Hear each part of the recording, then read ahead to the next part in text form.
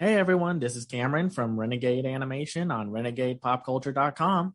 If you like what we do, please give us a like and a follow on Apple Podcasts or wherever you listen to podcasts. We are everywhere. That way we can keep doing what we love, and that's trudging through all of the anime. And now, on with the show. What's going on, guys? Welcome to another episode of Renegade Animation on the Renegade Pop Culture Podcast Network. My name is Mike. I'll be your captain for this evening. Joining me, as always, is the animation guru, Cameron. Howdy, howdy.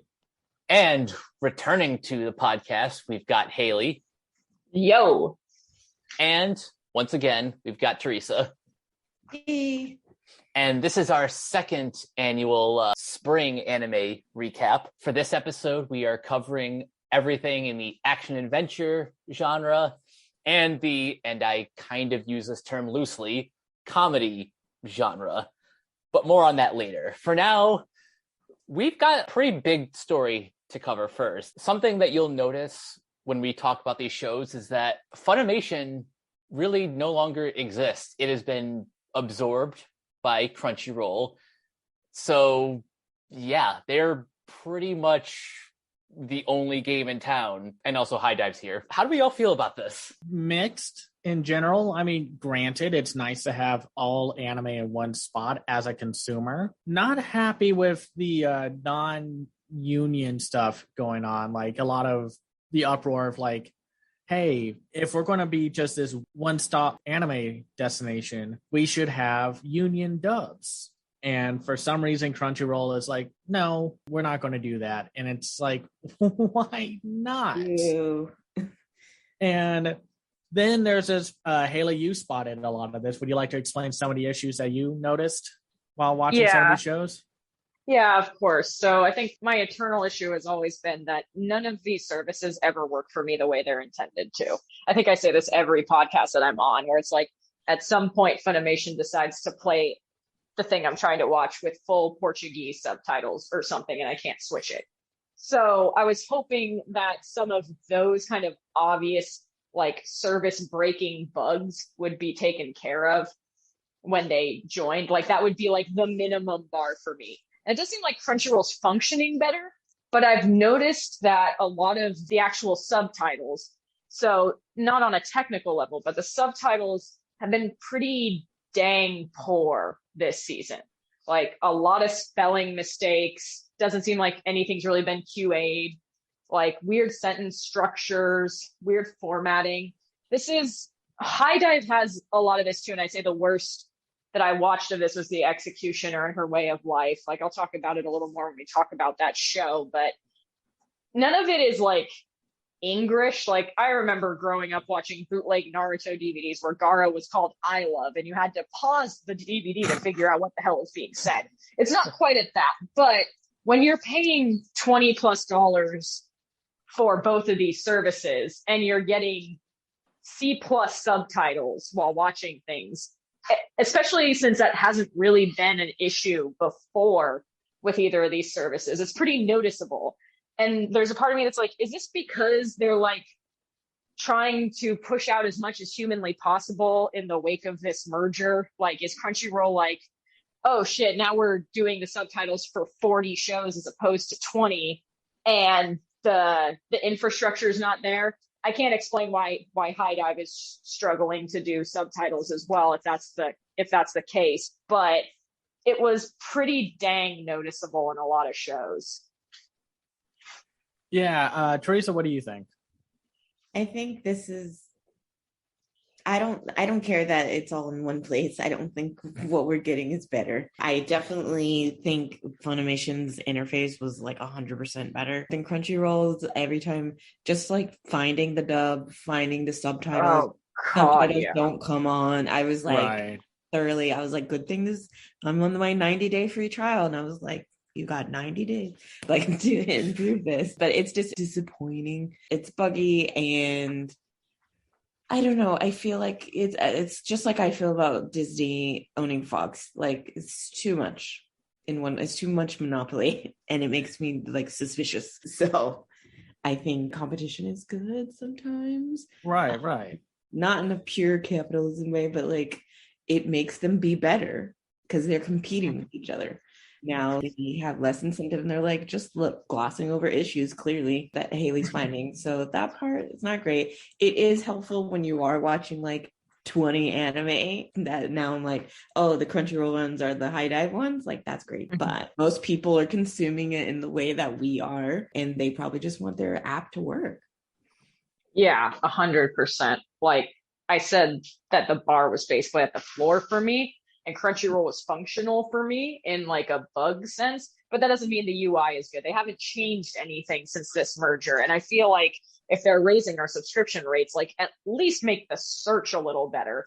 Like it's crazy that I can search for something that had a new episode yesterday and it won't be on the new releases, but I have to put in the whole damn isekai ass title to get to it. Like that's absurd to me. I've had that problem with Crunchyroll and High Dive where like unless you know the exact title that you're looking for, they're not going to help. You have to type out the entire thing and then the title that you're looking for will come up. Say RPG Real Estate took like 5 minutes to upload on my thing because it wouldn't come up unless I searched the whole thing, and then I had to go through like 12 different RPG titles.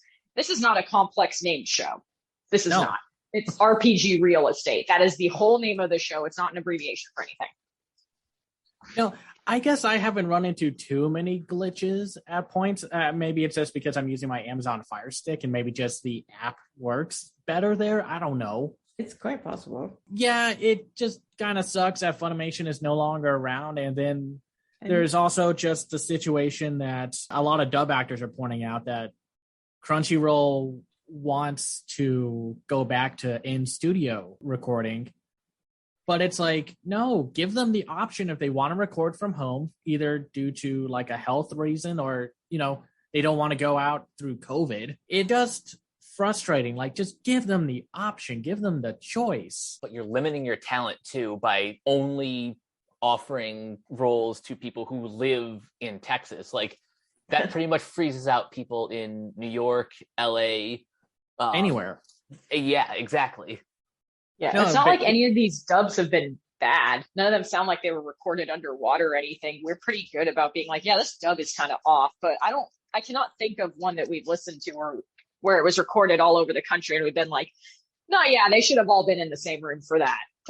We're living in a golden age of dubs, man. We're no longer in the 90s where it just sounds like they got a Charlie Day sound-alike to voice half the characters or something like that. And there's just so much good talent to limit by just doing in-studio only recordings. Like, come on. I know some people prefer it, but come on. Now, as for the anime this year so far, so we went through winter 2022, and it was a slow one, had a few good ones, mostly just kind of unremarkable stuff. How are we feeling about spring 2022 so far? I'll say this. Some of the shows that we are going to be talking about at the start are not the best, but at least their problems are story-based and character-based. None of these shows are as bad as like X-Arm or what are some of the other like garbage tier shows we've talked about? Combatants, Eden Deities. What was that one? Oh, Fruit of Evolution. Yeah, none are on like that level, which I'm very thankful for. Sure, in a perfect world, I would rather watch like 24 Spy X Families, but we're never going to get that, especially with how the anime industry is running itself into the ground. Yeah, so I'll at least accept frustrating mediocrity over garbage tier. Haley, since this is your first time jumping back in for this year, how are you feeling so far? So far the season's not bad. Nothing has made me want to just like rage quit, which is incredible. Like, even I think everything in this episode, even if it's like objectively not good, is at least interesting to talk about or interesting to think about. Like, we're going to talk about quite a few isekai adjacent things where it's like it might not totally work, but there's at least more thought put into it than power fantasy dude is power fantasying all over this generic European kingdom place. Doesn't mean everything is good, but it's funny. The only real doozy I watched is the one we're going to be talking about next episode. So I was like, hey, you know what? Compared to some of the seasons where like the end is just a slog because you have to get through Yaoi Han's rape anime and whatever the fuck else was in that last season. That was terrible. I just remember the gay supernatural fisting at this show. That's the only thing I can remember. But nothing was, it's like, well, you know, I'm way happier to talk about something that's mediocre that at least had some ideas put into it and didn't quite get across the finish line than I am to just sit here and scream about something that just justifies Miyazaki saying anime is a mistake. Yeah. Teresa, what do you think? Okay, I will preface that I did not watch everything, but I did watch 7 shows, and so far I'm pretty impressed. I did skip a lot of the bad ones, so you guys can tell me about those. But I did feel like everything, was trying, they were at least giving it like, you know, the good college try to be unique with the writing or in the premise. And, you know, sometimes it worked, and then some of them were amazing, where it was like ideas like, how did they even think of that? So I'm cautiously optimistic. Yeah, I think like I've seen all the shows besides one of them, which we'll talk about next episode. Well, as of recording this, I mean. And it's a really strong season because the really good shows are really good. This episode's not going to prove that point, but hey, we do what we can when we want to talk about specific shows and such. And yeah, not everyone here watched everything. I did, it to my detriment. Like, some of these are frustrating as heck to go through for multiple different reasons. Some of them, the same reason. Let's dive into it. So we will start with the action adventure category. We will begin our journey through the spring with the greatest demon lord is reborn as a typical nobody. Sure. This is based off of the novels and manga by Miyojin Kato. It's directed by Mirai Minato. It's written by Machiko Yokote and produced by Silverlink and Blade. As the most powerful entity of all time, the demon lord Varvatos, it's always a V, thinks his life is a big fat snore. When he takes matters into his own hands and decides to reincarnate, he calibrates his magical strength to be perfectly average. But there is no way he could have predicted that everyone in the modern world would be weak as hell, which means he is totally overpowered once again. Reborn under the name Ard, he has ladies fawning over him, the royal family begging him to become the next king, and an ex-minion insisting on killing him? But Ard has a one-track mind, and he won't stop at anything to achieve his ultimate goal. You know, is this the fastest anime to lose its premise ever? Because you look at this show, and it's about a demon lord who's bored with being a ruler and being a super powerful god monster, and he just wants to be a nobody. He wants to just live a life of peace and mediocrity, wants to make friends, and then it, like, basically within the first episode, it reverts right back to Isekai Power Fantasy Bore Fest. Haley, what did you think? Yeah, I think this one is extremely frustrating because it had a premise that was actually pretty intriguing.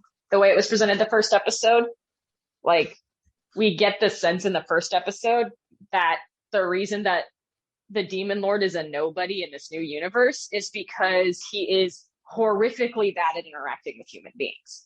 And that's fun. That's different. It's like, I could excuse that he still had like weird powers from his demon life because the show is making a big point of being like, this kid has no clue what he's doing. Like, he's just berating the poor daughter of the mayor. He's trying to make friends by being as creepy as possible. Like, it actually is kind of fun in the beginning to see like that they've taken the term nobody and interpreted it to be like, hey, this loser is absolutely you. You want the power fantasy, but you don't have the social skills to pull this off. And that was interesting. I liked that. But then episode 2 comes around and brings us a time skip that skips basically all of the demon lord's character development in this new world. which puts us straight into an isekai power fantasy. And it's lame. It sucks. It also skips all the character development for the kind of interesting, feisty young girl that becomes his best friend and turns her into a cow tit sex doll, which is annoying. And every next girl introduced is also got, well, when I say cow tits, it's like when they have boobs that look like udders. It's like, it's so off-putting. Like, that's not how, it's a bad character design. It's like women don't usually look like that. And if they do, they're signing up to get breast reduction surgery because that shit is painful. Right. But there were some, I'm not going to pretend the first episode of this was some like amazing, legendary new thing that kind of ended up pissing it away in episode 2. Episode 1 had some serious problems too. Like, the dude's name is Ard Meteor, which is just the most fucking ridiculous name I've ever heard in an anime. Like, it also, like, the whole point of the Demon Lord being reborn is so that he can avoid being the Demon Lord. So why was he reborn with all of his powers? Like, even though the first episode kind of presents an interesting idea where he doesn't have the social skills to be a nobody properly, he still has the ability to like fucking fly and all these crazy spells and everything. So it's like, even from the beginning, even if you accept the very stretched version of nobody that he's trying to be, he's still got all of these game-breaking powers that are going to attract attention to him. I think this show has a first introduction with his teacher, if I'm remembering correctly. I don't think I noted it, but I totally remember it. I totally remember that. Mm-hmm. The magic system is never explained. Like, none of the underpinnings of this world are ever explained.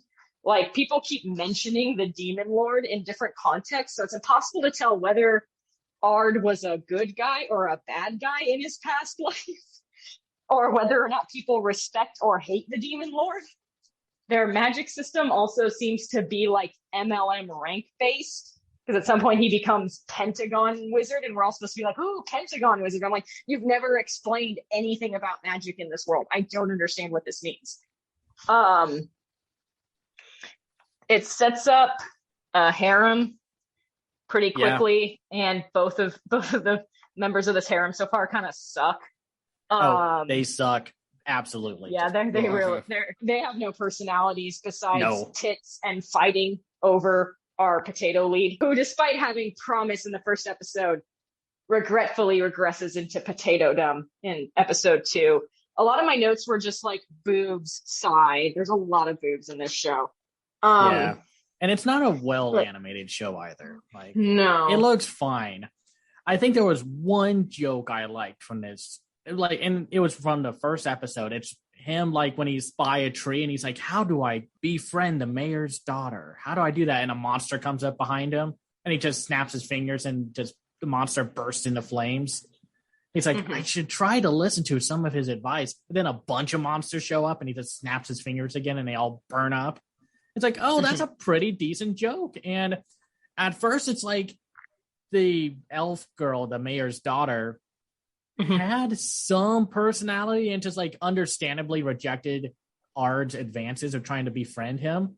Like, the picture I used for my editorial has like him showing off some flowers. He's like, I know these are your favorite. And she just scorches him. He's just like, yeah, no, bye. Honestly, this show's biggest problem, and now I'm reading my notes, the teachers actually introduced crotch first, not boob first. So, you know. Yeah. A new change of pace. No. Yeah. I think the main problem is, like, none of the mechanics of what this is supposed to be make any sense.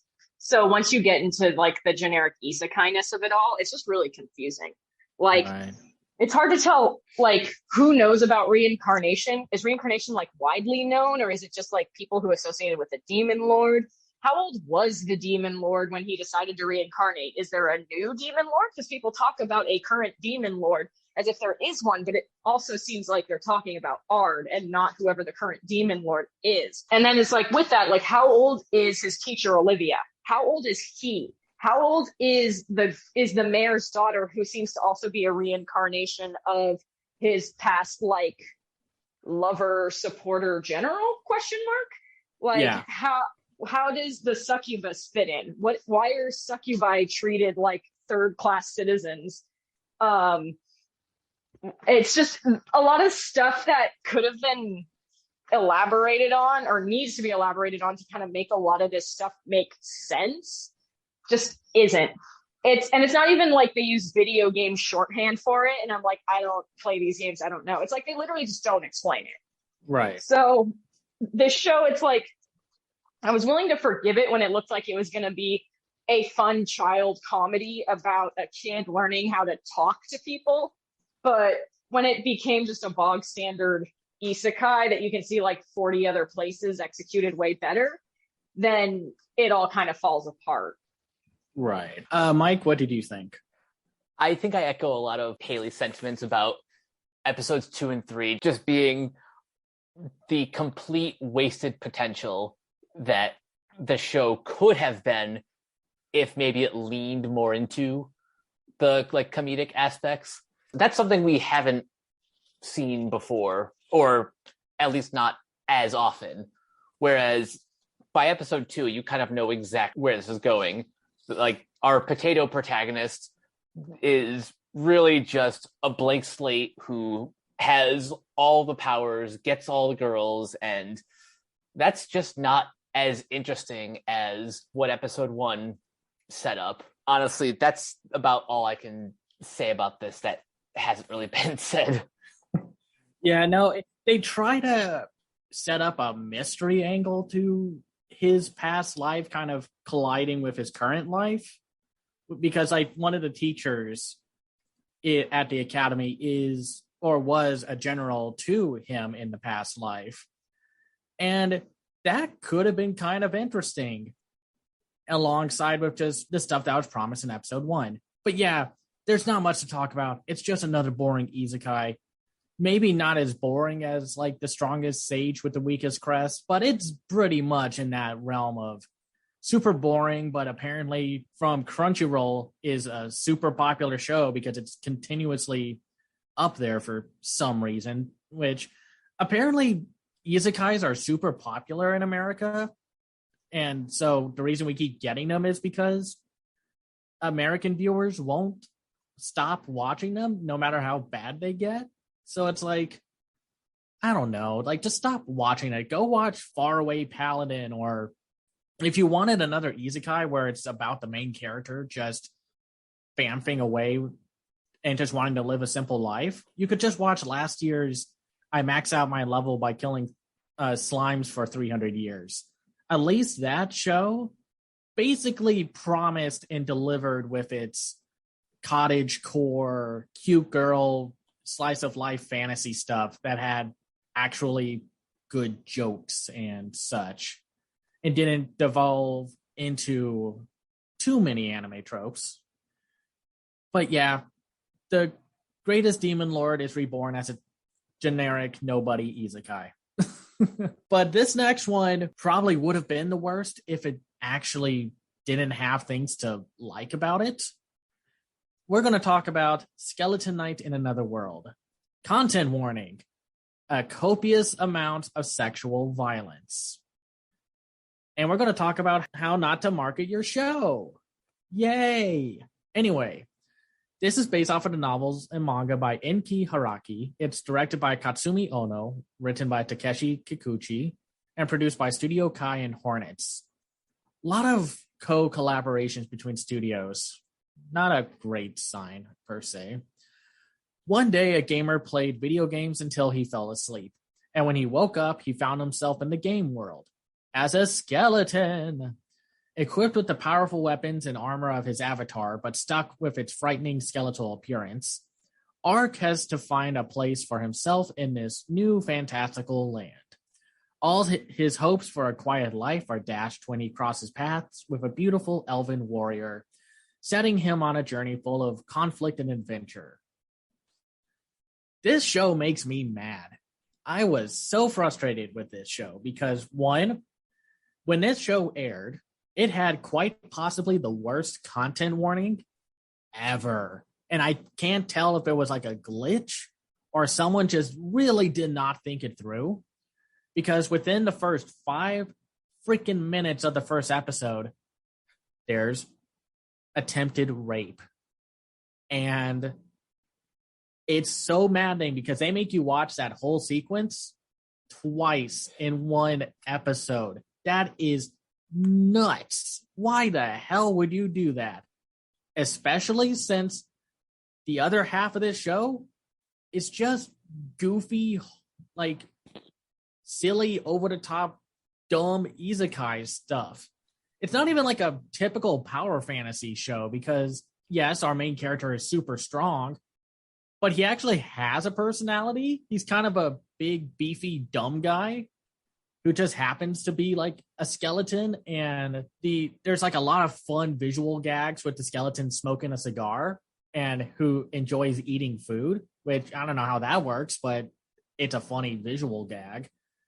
And then you watch the opening of the show, and it's like you see Arc with the elf warrior woman, and they're like on a cart, like avoiding a dragon, and then a fireball hits the cart, and then it turns into the knight having to carry the cart, like with his own hands, like a old school Looney Tunes or Tex Avery cartoon.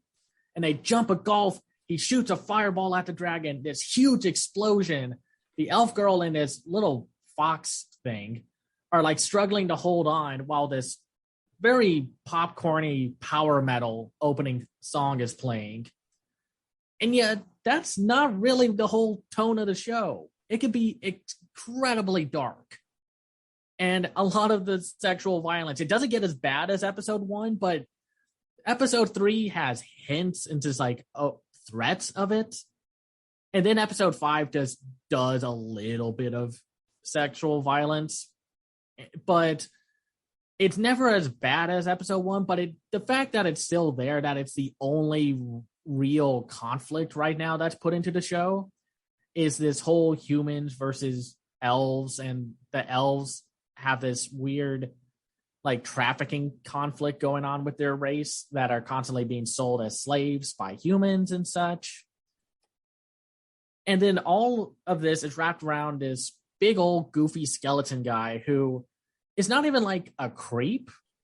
Like, he looks away when someone's changing. He is actually just like, instead of being like, oh wow, this elf girl is hot, he's more excited that he's like, oh my gosh, an elf, this is awesome. And then like later when you meet this like definitely conflicting attire ninja cat girl, which, to be frank, is a better ninja than the ninja show we're going to be talking about. We'll get to that. It's that whole thing of like, it's a European fantasy realm, but apparently ninjas exist. Okay, whatever. Ugh.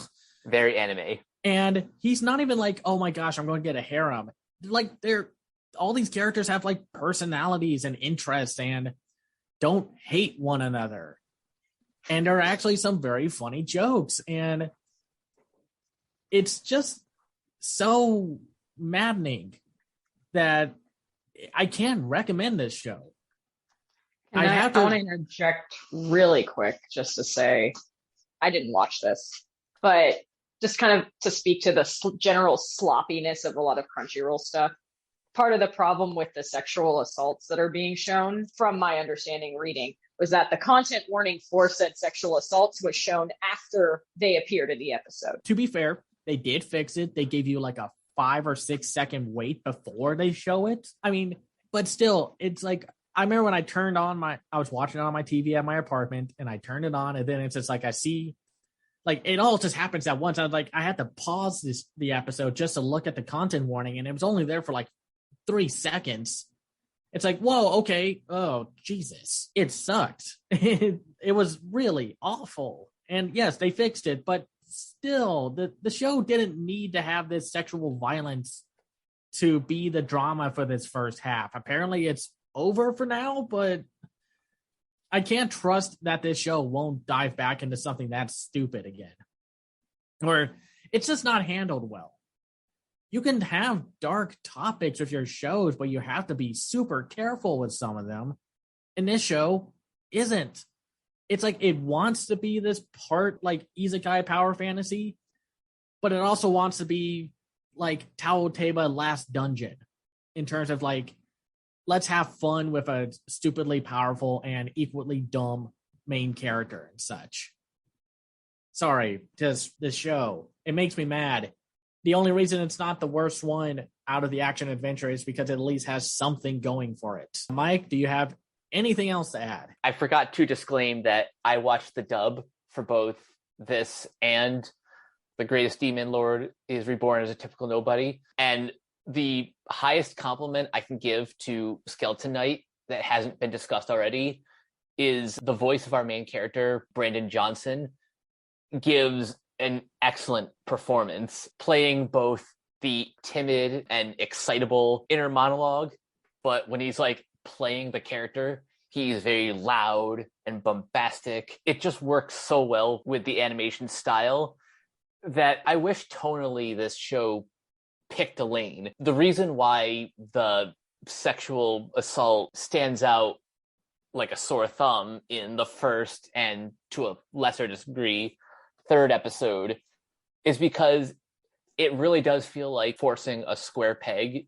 in a round hole compared to the goofiness that we see more of in episode 2. If the show was a little bit more tonally consistent, like, it still won't be great. I don't think this is going to be like the next Konosuba or anything, but it would be a lot more palatable. Yeah, it's just like I was hoping for like because it came off like it was going to be a Taoteba Last Dungeon, and I really liked that show. It's actually out now on DVD and Blu-ray if you actually want to watch it. Nice. And anime is so bad at this. We're not in the late 80s or early 90s era of edgelord nonsense. Cut it out already. And I don't want to hear some smarmy anime gatekeeper nonsense. It's just like, well, just watch something else. Or, well, it's a normie filter. No, shut up. I am so sick of the anime community being full of such garbage individuals who don't care about the fact that, like, hey, stuff like this show are going to push people away from anime. It's not tantalizing. So, yeah, I wish this show was more appealing to talk about or to describe to you, Haley and Teresa, but it ain't. It's just a bummer. But now, let's go on to another show that has a premise that sounds more interesting than the end product. And the first high dive anime of the season. I'm Quitting Heroing. Such a clunky title. It's adapted from the light novels and manga by Quantum. It's directed by Yu Nobuta and Hisashi Ishii. It's written by Shigeru Murakoshi and produced by EMT Square. When Demon Queen Echidna begins her invasion of the human realm, the people turn to the hero Leo Demonheart to protect them. Blessed with insurmountable power, Leo easily repels Echidna's army, thereby saving the world. But instead of gratitude or admiration, Leo is met with disdain and scorn from his fellow humans, who fear his overwhelming strength and believe that it may eventually cause humanity's demise. Banished from the kingdom he once called home, Leo wanders aimlessly throughout the land until one day he hears rumors of Echidna's efforts to rebuild her army. Hoping that demonkind might accept him as an ally, he returns to the Demon Queen's castle and offers Echidna his help. Naturally, Echidna, understandably, immediately rejects him.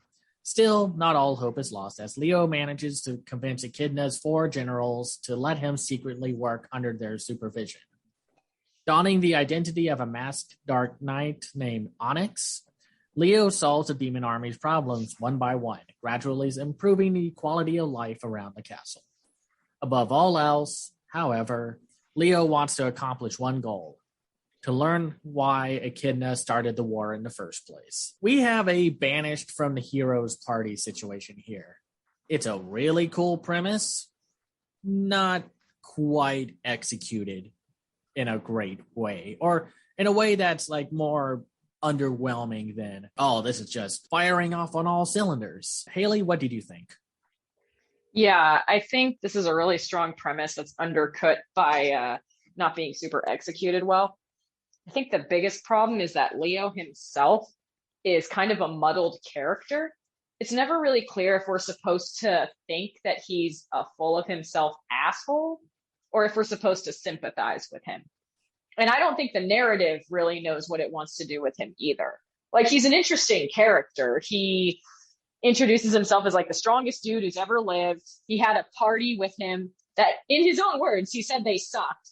And they're suddenly vanished now. And when he returns from destroying the plans of the Queen Akinda, which is one of the other fucking dumbest names of the season, like, I just kept thinking she was like born of Knuckles, daughter of Sonic or whatever. But the people disdain him, and you can see why when he's explaining it. Like, he's full of himself. Where's the rest of his party? He defeated the Demon Queen. Like, there's interesting stuff at play there.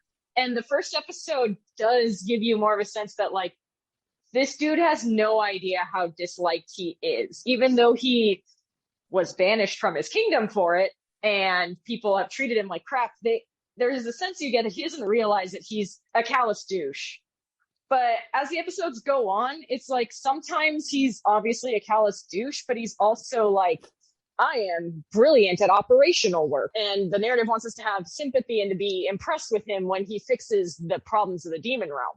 And it's like, yeah, okay. But it's just really hard to get a grasp on what the narrative wants us to think of him specifically. And that becomes a disadvantage, honestly. Outside of him, I think the show is really strongly done. The animation gets really whack at times. It doesn't have the biggest budget. Right. But the characters are pretty consistent outside of the very overworked blonde mage. She's pretty consistent in being overworked, but not wanting to let go of anything that she has because she takes deep pride in what she's doing. And you get the sense that a lot of these people are still holding on to the failures that they had at the hands of Leo. And there's an interesting tension there. But at the center of all this is this lead character who was made deliberately unlikable, but then we have to like him. It's awkwardly executed. The end of the second episode, I think, is like a really good illustration of it, because he figures out how to relight the mana cauldrons without relying on the blonde mage. And this is genuinely impressive to her. This is genuinely impressive to everyone there.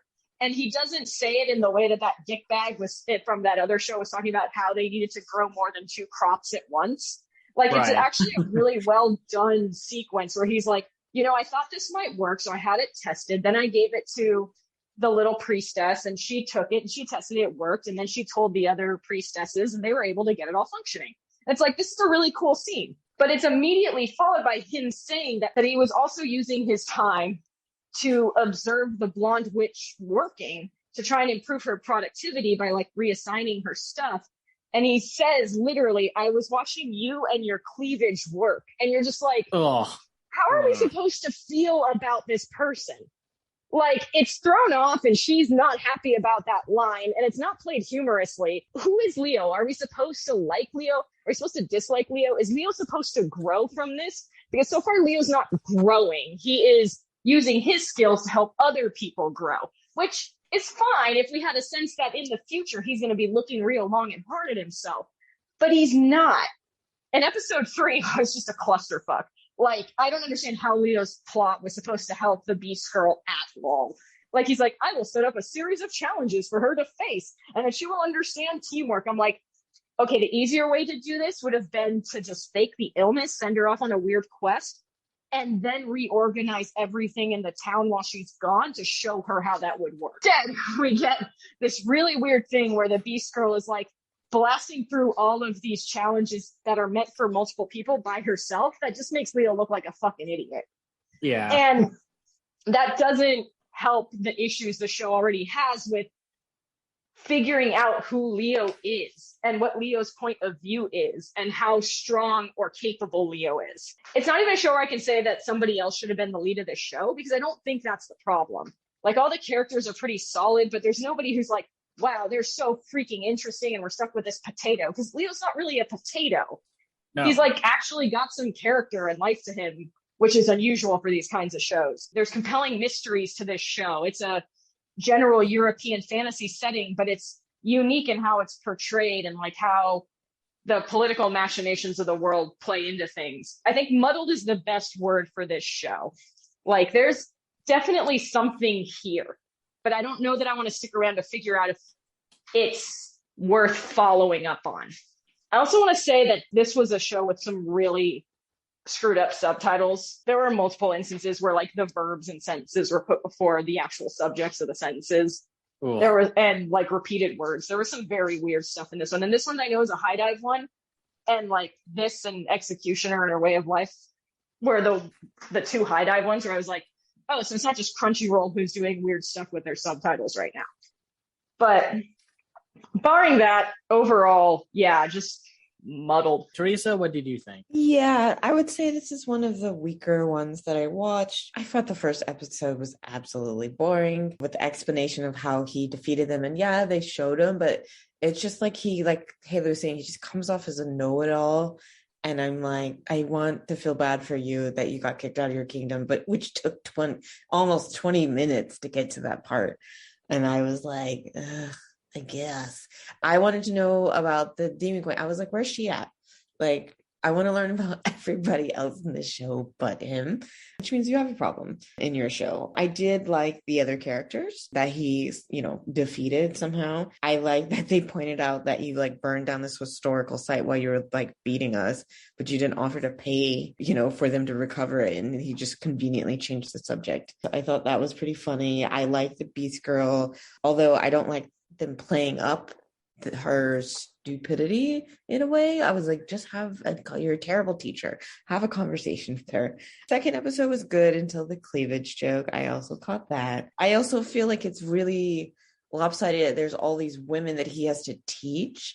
I don't know. It just started coming off a little misogynist. And I was like, he's kind of misogynistic. He's super rude. He wanted a kiss from her if he like did his duty, which is like, a little sleazy. And I was like, okay, I don't get it. So I can't recommend it, but I definitely didn't find it like super offensive. It's in the whole scheme of anime, it was only lightly offensive because it was very short, those kind of mentions. But I like the premise on paper and I like the other characters. So maybe you could tell me if it got better, but so far with the three, I'm very like write him off the show, and I could be down.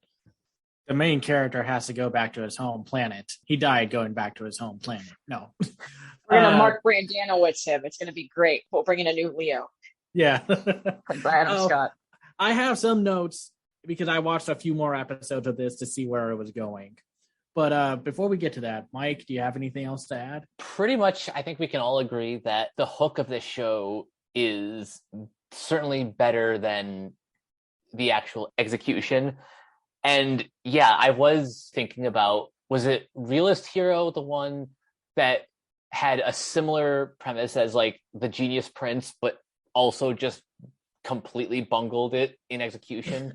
Yeah. Is that the one with the guy telling them to plant multiple crops? Yes, yeah, that's the one. Okay, yeah, that's it. Yeah. As I was watching this, my mind just kept going back to that show. I'm like, wow, it's like they learned none of the lessons from that series and are just kind of making the same mistakes. Now, if it was intended that our protagonist was, full of himself, kind of an ass, a bit misogynistic, if that was like a character flaw that he had to overcome, that'd be one thing. But this show does a lot of tell, don't show with its world building. Like, we don't really see his life before he was exiled, nor do we really see like the evil side of Queen Echidna. That kind of makes it hard to really root for anyone in this series. I do like, in concept, the four generals. I think they all have moderately interesting personalities. The main anchor that weighs us down is Leo. Yeah, I think Leo is the weakest link of the whole show, because if he wasn't written to be such like the worst, the show would definitely be better. And even though this is a EMT Square produced anime, the lolly factor is really kept to like the most minimal I've seen from them, which is nice. I mean, granted, the Beast Girl is like the one caveat because she's like, you beat me in a challenge and now I'm going to be your wife. And it's like, okay, this studio cannot get away from that kind of story structure, apparently. So I watched a few more episodes of this show. Leo starts getting slightly better, but the misogyny is still there for a lot of the times. And unfortunately, the sorceress succubus woman, the one with the blonde hair, gets a lot of the bad misogyny jokes because she's supposed to be a succubus. And a lot of people are like, well, is she really a succubus? And it's like, oh my God, I want to punch everyone in the face right now because of that.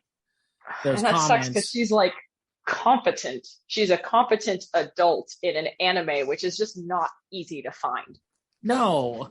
And that's what's so frustrating because everyone's expecting her to be like the typical porny succubus kind of character. And she's not. And that's bad, apparently.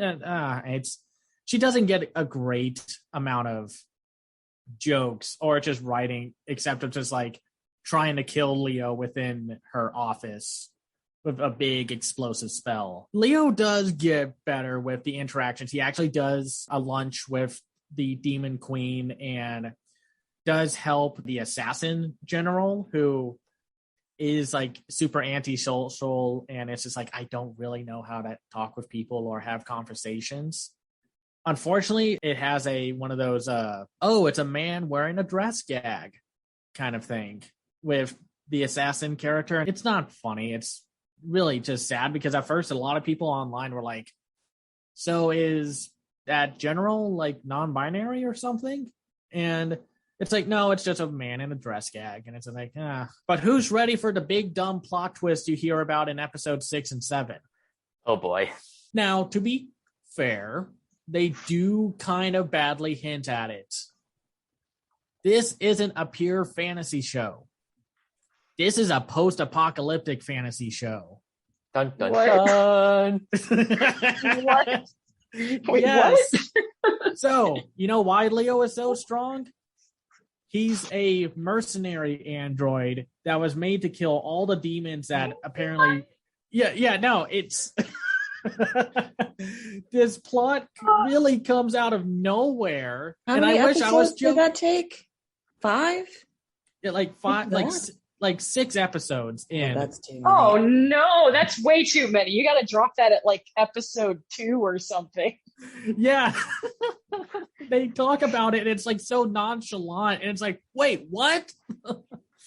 And then they show him like jumping out of like an army helicopter, killing these demons, and like the world's in ruin. And then I had to rewatch the first episode. Like, wait a minute, did they hint at this or something? Because you see, like before the opening and before he goes to the demon castle and such, he's standing in ruin.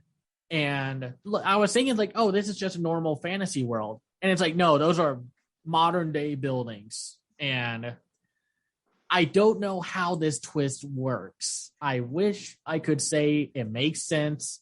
It does not. It's one of the dumbest twists I've seen in an anime. And that's the only reason you would want to continue watching this show. Because otherwise, you can just watch something like, what was that one from last season, Miss Koroitsu of the Monster Development Department? You could watch something like that where it's all about the villains and the work life like setting and such. When you were talking about a twist, I was going, yeah, obviously the demon girl is actually like the good guy and the government that that Leo was working for is the bad guy. I was like, why is he talking so much about this damn twist? It's obvious. I wasn't prepared for this. Oh, I wouldn't have hit it if it was that obvious. I would have just said like, oh, guess what? The Demon Queen's not actually a bad person. And the show does try to focus on that. Like episode 4 does focus on that aspect of her saying like, and we see little glimpses of that. And I think the only joke I liked was the fact that he just waltzes into the Demon Lord's throne room with all the generals there. And he's just like, here, I have pamphlets and papers to show you why I would be good to work under you. And the queen's just like, yeah, no, and just keeps trying to burn him alive, even though he's, invincible because he's a super robot, apparently. I wish it was just a guy helping an evil army reconstruct and make their lives better. It's not. That was too complicated for no reason. Exactly. Like all these It's like light a novels. twist out of Vivi in the middle of this just isekai. It's so weird.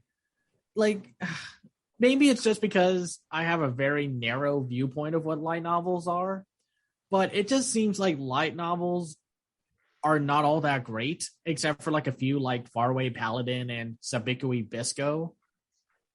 It's just stop adapting everything. You don't need to adapt every light novel because it has a slight possibility of being popular. I hear no one talking about this show.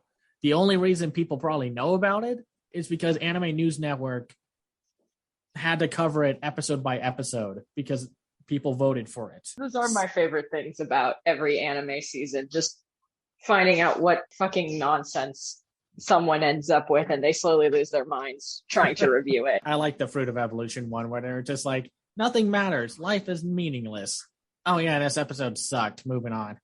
I think it was Platinum, and I think one of the reviews was literally an essay about something else entirely. Like they've dug their grave now. Every season they end up with one of these kinds of shows. Right. But actually knowing the twist, retrospectively, the show is really, really dumb.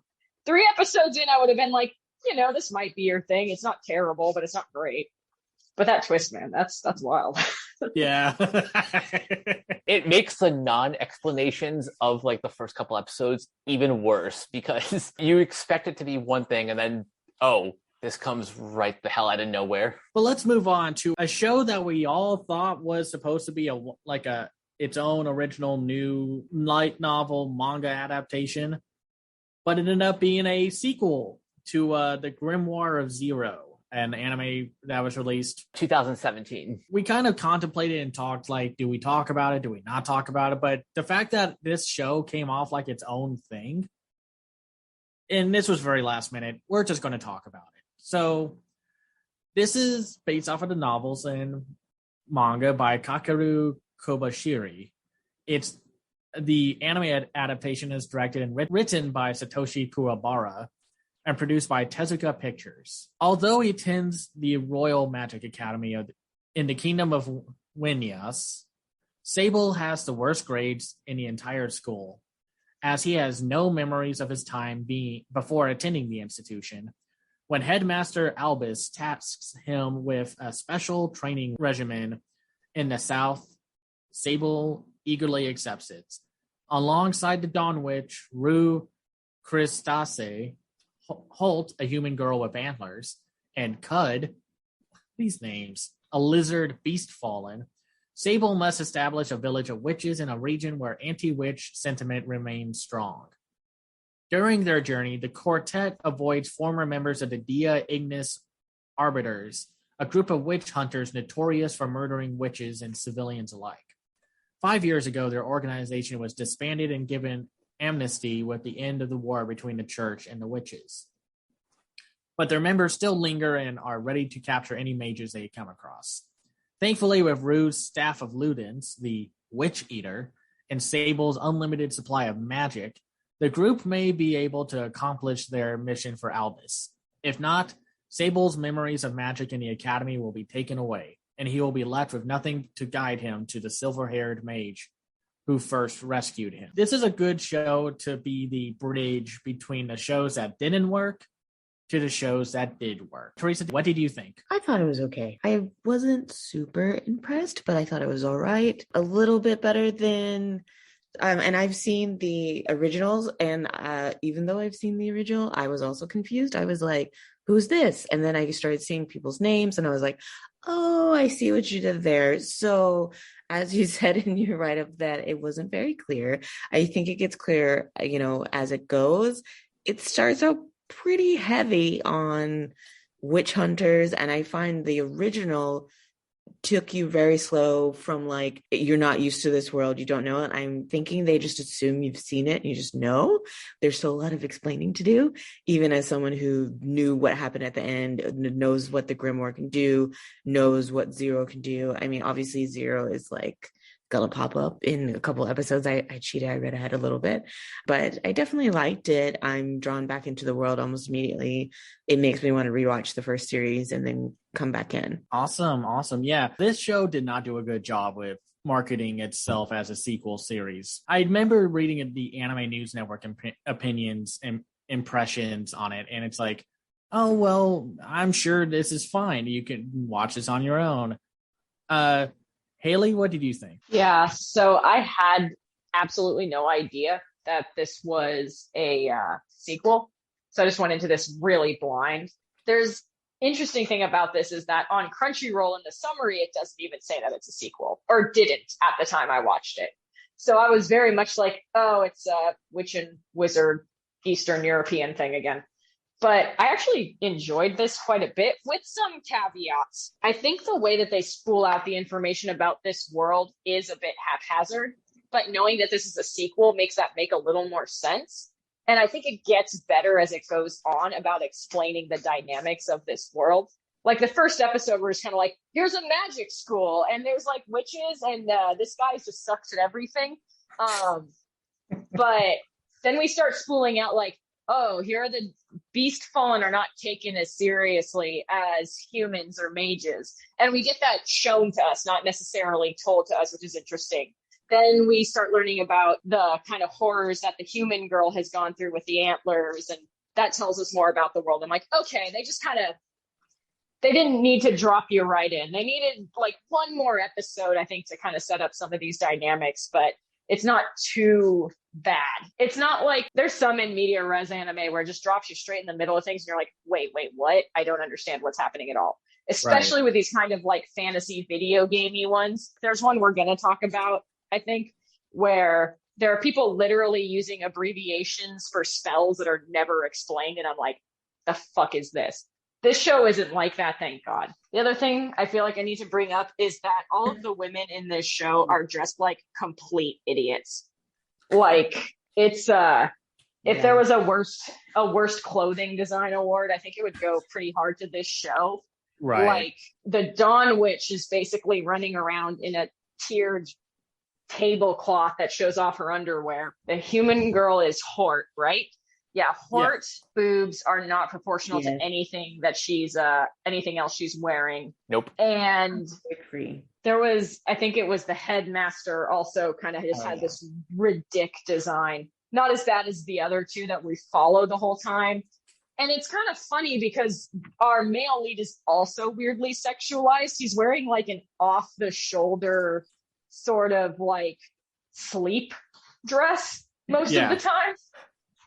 So I'm like, well, at least it's equal opportunity dumb shit, but like it's still not great. Like there's something very off with the clothing for the women especially, but most of these characters. Beyond that, though, I was pretty dang into this. Like they do a really good job of building up these characters. I like how it actually takes the time to get us invested in the dynamic of all of these people. Like we understand why Hort was trying to betray all of them, and we get like a really solid look into her character and really build that up well. Like that we've watched so many anime where stuff like that is done so poorly, and she comes off as like a human being.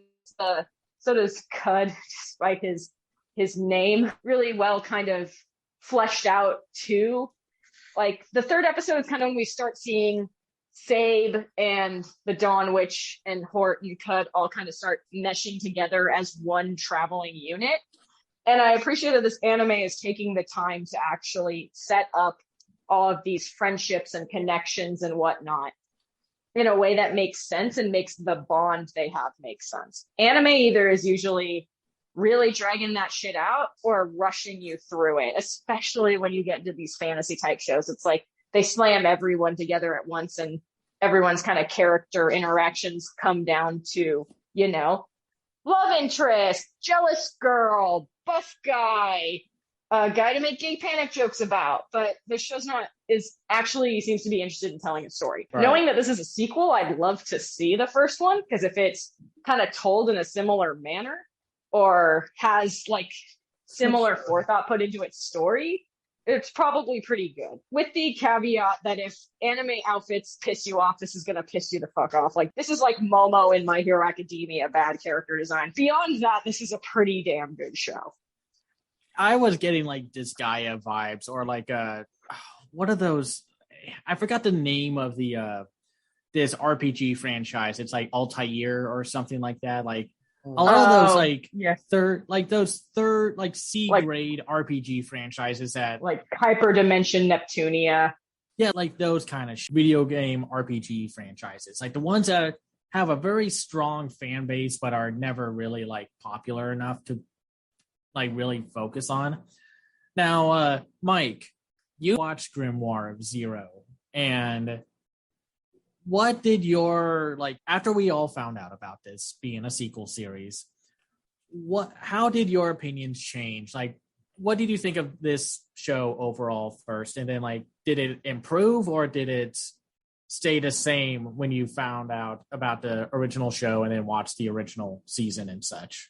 Before I get into that, I'm going to defend Cameron's position on how very confusing the marketing is for this. First of all, the two shows were done by completely different studios. Dawn of the Witch was done by Tezuka Productions. Yep, and Grimoire Zero was done by White Fox. Grimoire Zero is streaming on High Dive and I think also Amazon Prime, while Dawn of the Witch is on Crunchyroll.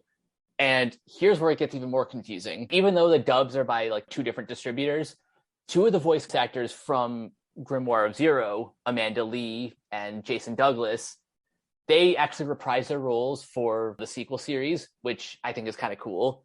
So at least for dub fans, there is a little bit more clear connection. As for what I thought about the series, so I watched Dawn of the Witch first. I went up to, at the time, was the most recent episode 4, and I was genuinely getting into the history, the lore. I was enjoying the characters. I thought they had a very nice dynamic.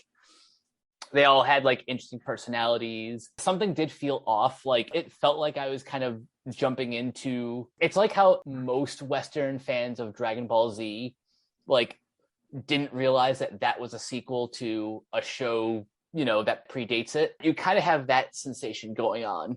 And then I watched the original Grimoire of Zero, and suddenly a lot of the details started to make sense. Like in that show, you find out more about like the head of the Magic Academy, and you actually learn about the main character Zero is the author of the book that the Dawn Witch, her whole goal is to meet the author of the grimoire. In Grimoire of Zero, she is the main character. I think that's kind of cool. If you, like most of us, were not aware that Dawn of the Witch is a sequel, I would say it doesn't matter which order you watch them in. If you liked what you saw in Dawn of the Witch and are curious to learn more about the world, then you can go back and watch Grimoire of Zero, and you'll certainly appreciate the sequel a lot more. Alrighty. No, I was really enjoying this show, mostly because, like, for one, Sable is not like the super OP, like, boring potato protagonist. He's more like a walking, talking battery, because that's what he is. He's literally the item for everyone else to use. And I like that the show was building up on its world and its lore and just the politics of it all. It's why I really liked Faraway Paladin, because it took a lot of time to make sure you felt lived in this world and made sure you understood what was going on. I like the whole thing about wizard academies and how there are people out there who discriminate against witches. I really liked Cud, name aside, as a character.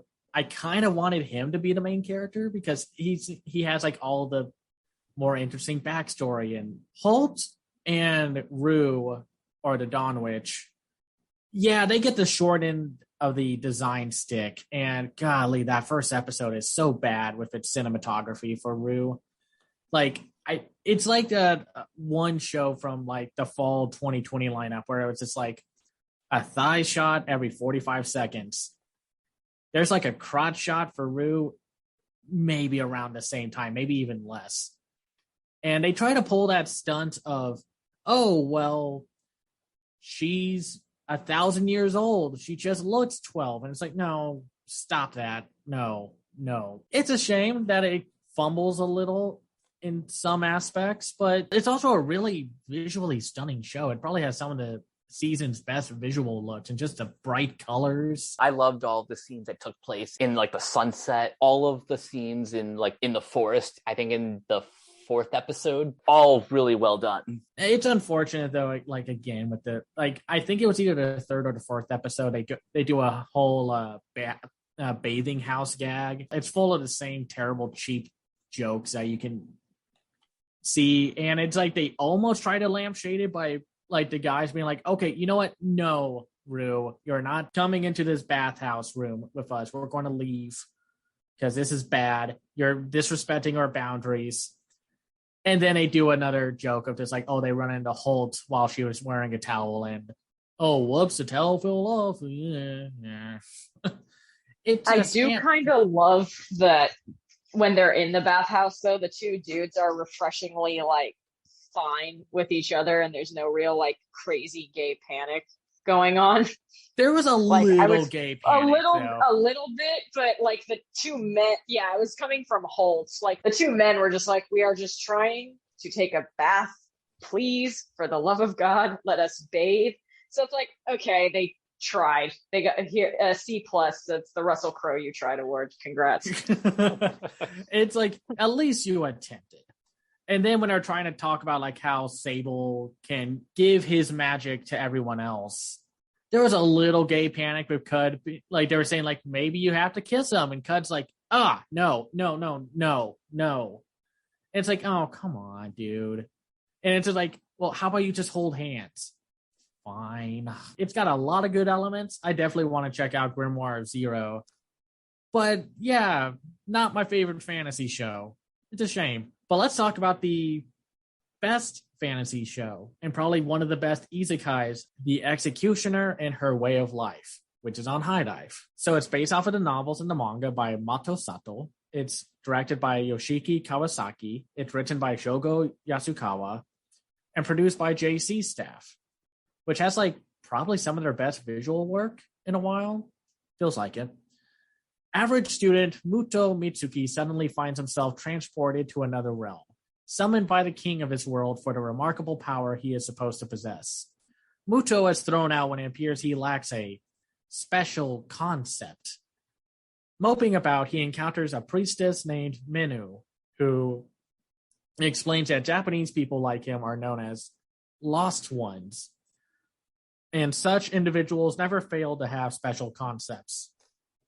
Okay, before we finish, if you have not checked this show out for some reason, watch the show, come back to this, and then we'll continue on. I'm going to assume that you have, so let's continue. Manu elaborates that she is part of a church that helps abandoned lost ones integrate into society. She invites him to spend the night at her church, where the two can probe the nature of his ability. Eventually, they discover that Muto's special concept is actually incredibly powerful and dangerous. Here we go. You've been warned. But while Muto celebrates, Manu shows her true colors and stabs him in the head, killing him instantly. Manu's goal is not to assist lost ones. Rather, it is the opposite. Due to 4 infamous incidences where lost ones cause monumental damage, the church has ordered that lost ones all be assassinated as soon as they are found. With Muto eliminated, Manu must next dispatch the other lost ones summoned by the king, Akari Tokito. This show, either I didn't see what the actual plot was, or the marketing kept pretty much the whole twist on like behind a curtain and such. Because you watch the first maybe 15 minutes, and it looks like it's going to be another boring generic isekai with another boring potato-kun protagonist. And then it pulls a talentless Nana and has the Menu kill the boy. And then it goes into all this backstory about how it pretty much plays with the concept of what if isekai fantasy leads were actually the most dangerous thing to a fantasy world, and they do not shy away from that. The backstory when you see Menu's like hometown essentially just turned to ash is dark. Probably some of the darkest visuals you will see in this anime season. And then she encounters Akari, who she's kind of bubbly, and then she's like, okay, kill her, done. Akari has a concept of basically time travel. She can reverse time to basically heal the wound, and then is not aware of it. So then it turns into this journey of Menu and Akari journeying back to the main HQ of these priests so they can kill her properly. But before I get into more of it, Teresa, what did you think? I thought it was good. It was very interesting. Definitely in the first episode, I was like, dang, she's cold. I know it said executioner in the title. I kind of should have saw that coming, but I was like, oh, maybe the other people who like someone was going to execute, and that's where the title came from. No, completely wrong. I definitely liked it. I definitely think there's potential there. It was a little bumpier, I would say, in the second episode, but I do think, showing the factions, showing them, in their powers and, kind of showing like what they've been fighting and things like that. I thought that was good. You're seeing kind of the nobles getting like their comeuppance. I thought that was good. Of course, the other Wilder had to talk about her boobs. So when that character went away, I was like, okay, well, bye guy. I did like how it joked about other isekais basically, and how like, oh, we keep getting these humans coming here and messing things up, and it really sure is a problem. And like before I got cut to that, I was like, yeah, I bet it is a problem. Keeps happening so much. I do like kind of the mystery of like, how do they know each other, like what's gonna go on. I have guesses. I'm sure Cameron probably knows some things. I thought her little assistant was a little intense, bordering on obnoxious, but I was like, maybe it's just a little anime like tone of humor that I'm just not getting. But I kind of like the jealousy that they're having of like the friendship and stuff, so I would watch more. Awesome. Haley, what did you think about this? I'm actually a bit more lukewarm on this. A note I wrote is, this is Kill la Kill with more clothes on, and I think I stand by that. The power of the twist in the first episode is something that the show hasn't been able to live up to since, in my opinion. I like how well drawn out that is. If they mimic the terrible plot progression, the seeming just kind of women falling from the sky to help potato leads out of nowhere, the kind of rote storytelling of a lot of these isekai, they do really well in that first half of that first episode. So when this priestess stabs the potato guy and whole scenario is revealed for what it really is, that's really powerful and impressive. But the next half of the first episode and the next two episodes kind of undercut the power of that by kind of turning this into more of it's hard to do something that subverts anime tropes when you're also playing into other anime tropes. Like Momo is the possessive lesbian, and that's not a trope I like in anime. We've got a lot of them this season too. So, and they're all varying shades of obnoxious. I think there's one show we'll talk about where that character type actually kind of works. And they are trying to explore Momo with some sort of depth. She's a walking trope. She looks like Madoka and she's clingy like Hamura. She's not super well executed. And then Kari is like the airheaded lesbian, the dumbass lesbian. And it's like, I appreciate it going full hog on the, isekai people into these worlds is destroying them is a really cool concept. But if you're going to be pointing out the flaws of these kinds of worlds, it's hard to take you seriously if you're indulging in the flaws of other anime worlds. And when I said Kill la Kill with more clothes, I truly mean it. Like, Akari is basically the brunette who was always like panty flashing in Kill la Kill. Like, I see almost no difference between these two characters. And in episode 3, when they were trying to stop the train and then she was like basically orgasming with her time powers, I was just like, yeah, this is just not for me, I don't think. It got off to a bang. And like that, the first episode kind of reminds me of how much I was really into the first episode of that My RPG Life is Shit or whatever that thing was called, where it was like the first episode was a really great dark comedy. And then by the third episode, it was like piss porn. this first episode's a really great subversion of anime tropes, and by the end we're doing Demon Slayer on a train while a girl is having an orgasm and Momo is fighting some random princess on the side of the street. And it's just like, this kind of lost itself very quickly, I feel like. Although I don't see this being a problem for people if they can set those kinds of things aside. It is well written for what it is. Like, this isn't really rushed. I really like the conspiracy elements underpinning a lot of this universe. I think there's room for this to grow a lot and to kind of maybe develop out of the very tropey character relationships that they're setting up so far. Because as it stands right now, this is not something I would want to continue watching. And I was starting to get bored by the end of the third episode because I was like, I feel like I know where this is going. The priestess is falling in love with this bubble-headed woman for some reason. She has almost no personality besides food and bubblehead. And she's going to be questioning whether her upbringing makes sense anymore because now she's found love with this isekai-in stranger. And Momo is going to throw wrenches into things because she's possessive of her senpai. And the princess is going to throw wrenches into things because she's a badass and needs... Okay. Sorry, I want to talk about this princess because I think her plot is absolutely bonkers, banana pants crazy. She is a knight of the realm as the youngest princess of this kingdom. Fine, cool. That seems like something that would happen in a very battle-focused world. But her father, the king, is on trial for isekaiing people into the world. And she is leaving to try and question mark? Like, it's not really clear what she's trying to do. It doesn't seem like she wants to clear her father's name, but she gets into a fight with Momo, who she accuses of being an executioner and killing these isekai people. Now, if she wants her father to be arrested, I understand this because they're removing the evidence of her father's wrongdoing. But it's not necessarily clear that that's what she wants. So if that's not what she wants, why is she fighting these people and why does she care? Why does she just take a boat to somewhere else and just leave the story? Like, I'm sure that gets explained better as the episode's going because they clearly want her to be like a mysterious character and you don't know where her allegiance is. But in that third episode, it's really confusing because I'm just like, it seems like she can achieve her goals better by just sitting her ass down on the train and doing nothing, regardless of what her goal is. Because if she's on the train, then she can see Akari and follow them.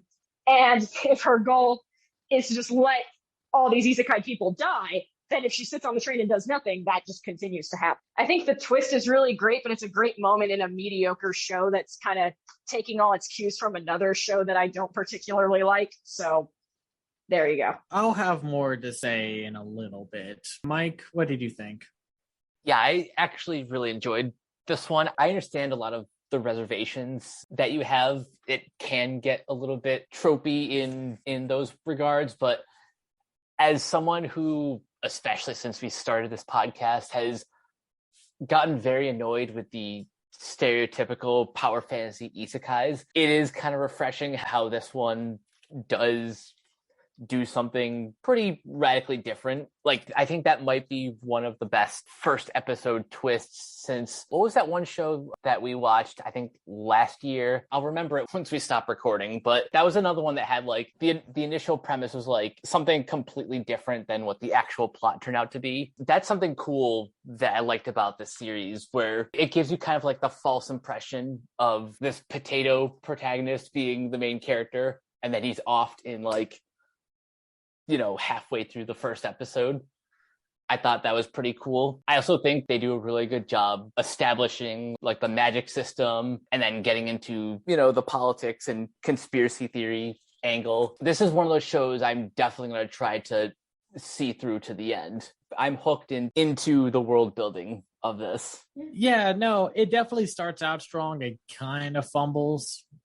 It's just so refreshing anytime you see an isekai either do something that's like competently made, like again Faraway Paladin, where the main character isn't just an OP boring potato, And it's fun to see a show pull the twist. And I think I like this more because it just makes a bunch of isekai fans mad that it's not a typical power fantasy. But it's interesting because like most anime fans seem to accept and enjoy these boring power fantasy shows that are dime a dozen and aren't actually all that different from one another. It's just a different like coat of paint most of the time. And in fact, here's this one show that's building up a very interesting world and action and trying to flip the genre on its head. And they're like, no, I'm fine with it.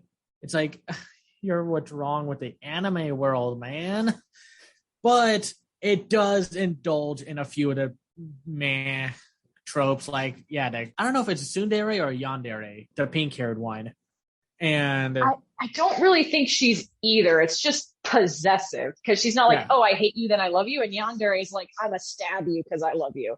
It's just like I've heard people call it the predatory lesbian, but I don't think that's right either for what this character is. It's just very possessive. Right. And yeah, that the battle princess is very just kind of an interesting puzzle in the situation of them. But yeah, when it starts to get a little trashy with the whole relationship between our leads, it does like drag down a bit. It doesn't go into like talentless Nana territory where it almost that's the show I was thinking of. Yeah, it doesn't go into that territory where it's like it's constantly interesting, but it does get more interesting as the show goes on. Granted, it does hit the points that you kind of know it's going to hit, like our main character being like, are we the baddies? That kind of thing. And yeah, it might not fully reach its potential, but the fact that we had to sit through a ton of mediocre stuff for this episode, I'll take a pseudo clunky but very interesting show than just another Demon Lord reborn as a nobody. It's got a really cool magic system. I like that. I like the action's pretty good. JC Staff, not always a reliable quality creator of like high quality animation, but when they hit, they hit. Yeah. So the music in this is really good. Yeah, the music is great. Really, really good. No, I agree. And hopefully it makes the landing, because if this show fumbles, it's going to be frustrating. So we'll have to see how that goes. We can now talk about the one show everyone seems to love. And for once, the one show that everyone loves is worth the hype. Twisted Wonderland. No. You're banished. Sorry. No. It's okay. You're gone. No. We're going to talk about Spy X Family. Come on. We all knew this was going to be one of the best shows of the season. It's based off of the manga by Tatsuya Endo. It's directed and written by Kazuhiro Furuhashi. And it's a co-collaboration between Cloverworks and Wit Studios. I mean, come on. Those two studios would have to fumble hard to make this combination of things bad. I think the whole internet would have exploded.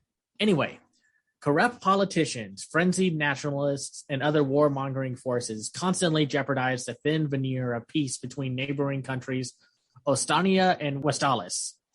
In spite of their plots, renowned spy and master of disguise Twilight fulfills dangerous missions one after another in the hope that no child will have to experience the horrors of war.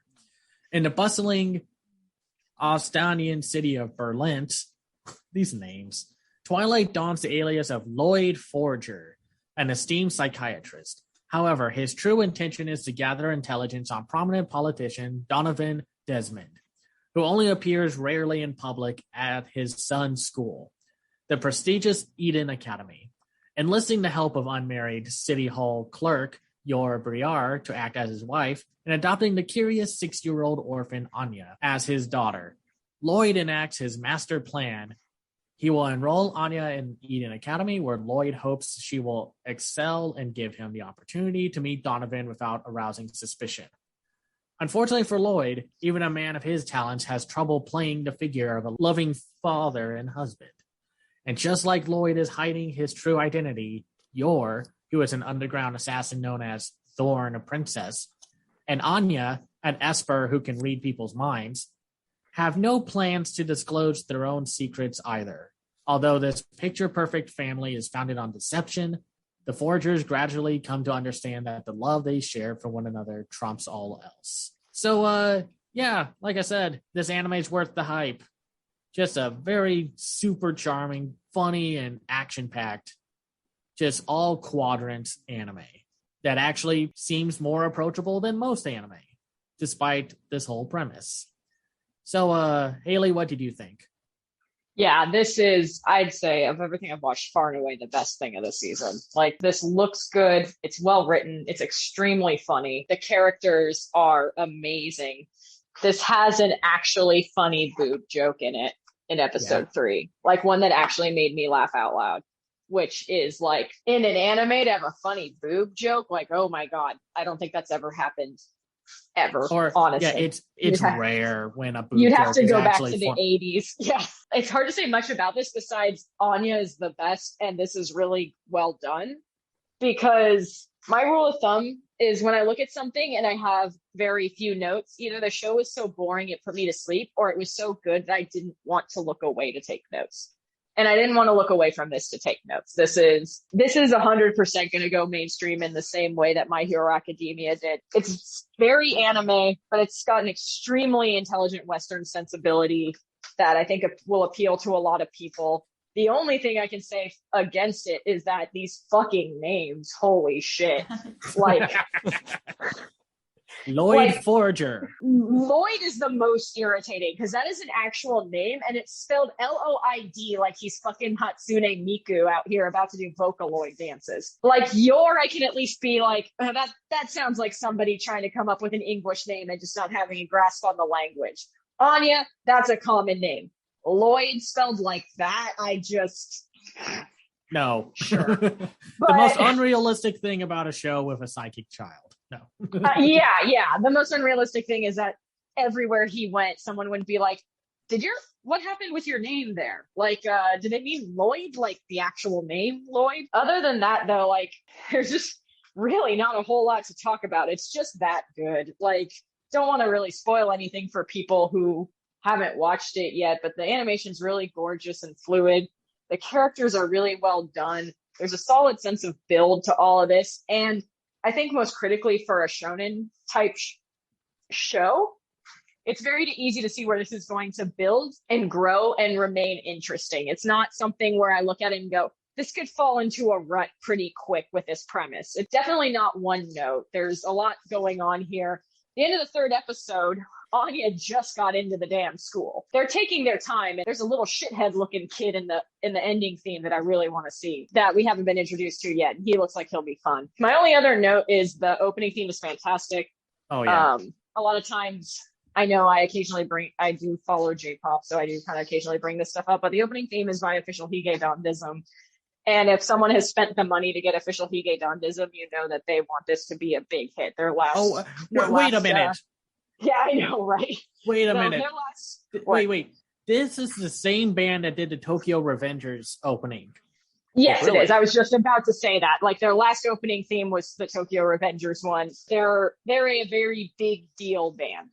So it's kind of like if you hear a Kenshi Inezu theme or a Hikaru Itada theme, you're like, oh, they poured a lot into this, and this is going to be a big ass deal. The ending theme is also very, very good. I did not write who sang that song, but it's also very fantastic. And I think it's also another big name, but I did not write it down and I can't remember it. But just wanted to highlight that to kind of give you a sense of like, this is the event of the season. And the season actually did pretty good because usually when you get these event animes, everything else around it, with the exception of a couple of things, is just garbage because everyone's like, well, pack it in. We can't compete with, Cowboy Bebop or whatever. Yeah. So, but yeah, that's about it. It's great. Go watch it. I think it's on like everything. The ending theme was done by Gen Hoshino. Oh, yeah. That man has the longest running Billboard Japan #1 hit of all time. Nice. Teresa, what did you think about this show? Yeah, I loved it. This is the one I watched first, so it got me pumped for the season. The opening, especially when it goes into kind of the abstract, animation of like them at the tables together. I just like as a family, I loved it. It was like chef's kiss. It's just beautiful. Anya is the most adorable little kid. When they find her in the orphanage, I was like, this little girl. And I just love that the orphanage was like, she keeps getting brought back. And I love that it shows that Lloyd has the heart, even though he loves killing people.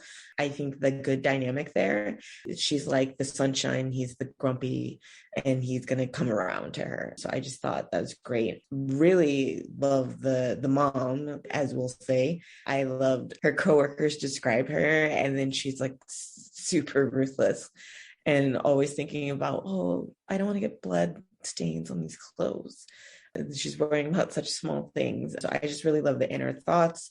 I didn't think that was something I would be liking, because in contrast with like kind of explaining or talking about something you would think is boring, but it just really shows all of their characters, and it's just really good writing. And yeah, it is everywhere. I watched it on Hulu, and I was like, yes, I prefer Hulu's interface. So I was like, yes, thank you. It suggested to me, and I was like, certainly. So yeah, I can't wait. I was actually like, I could just keep watching this and not watch any of the other shows, but I was like, I have to do shows, and I went straight into quitting heroing, and I was like, that was a mistake.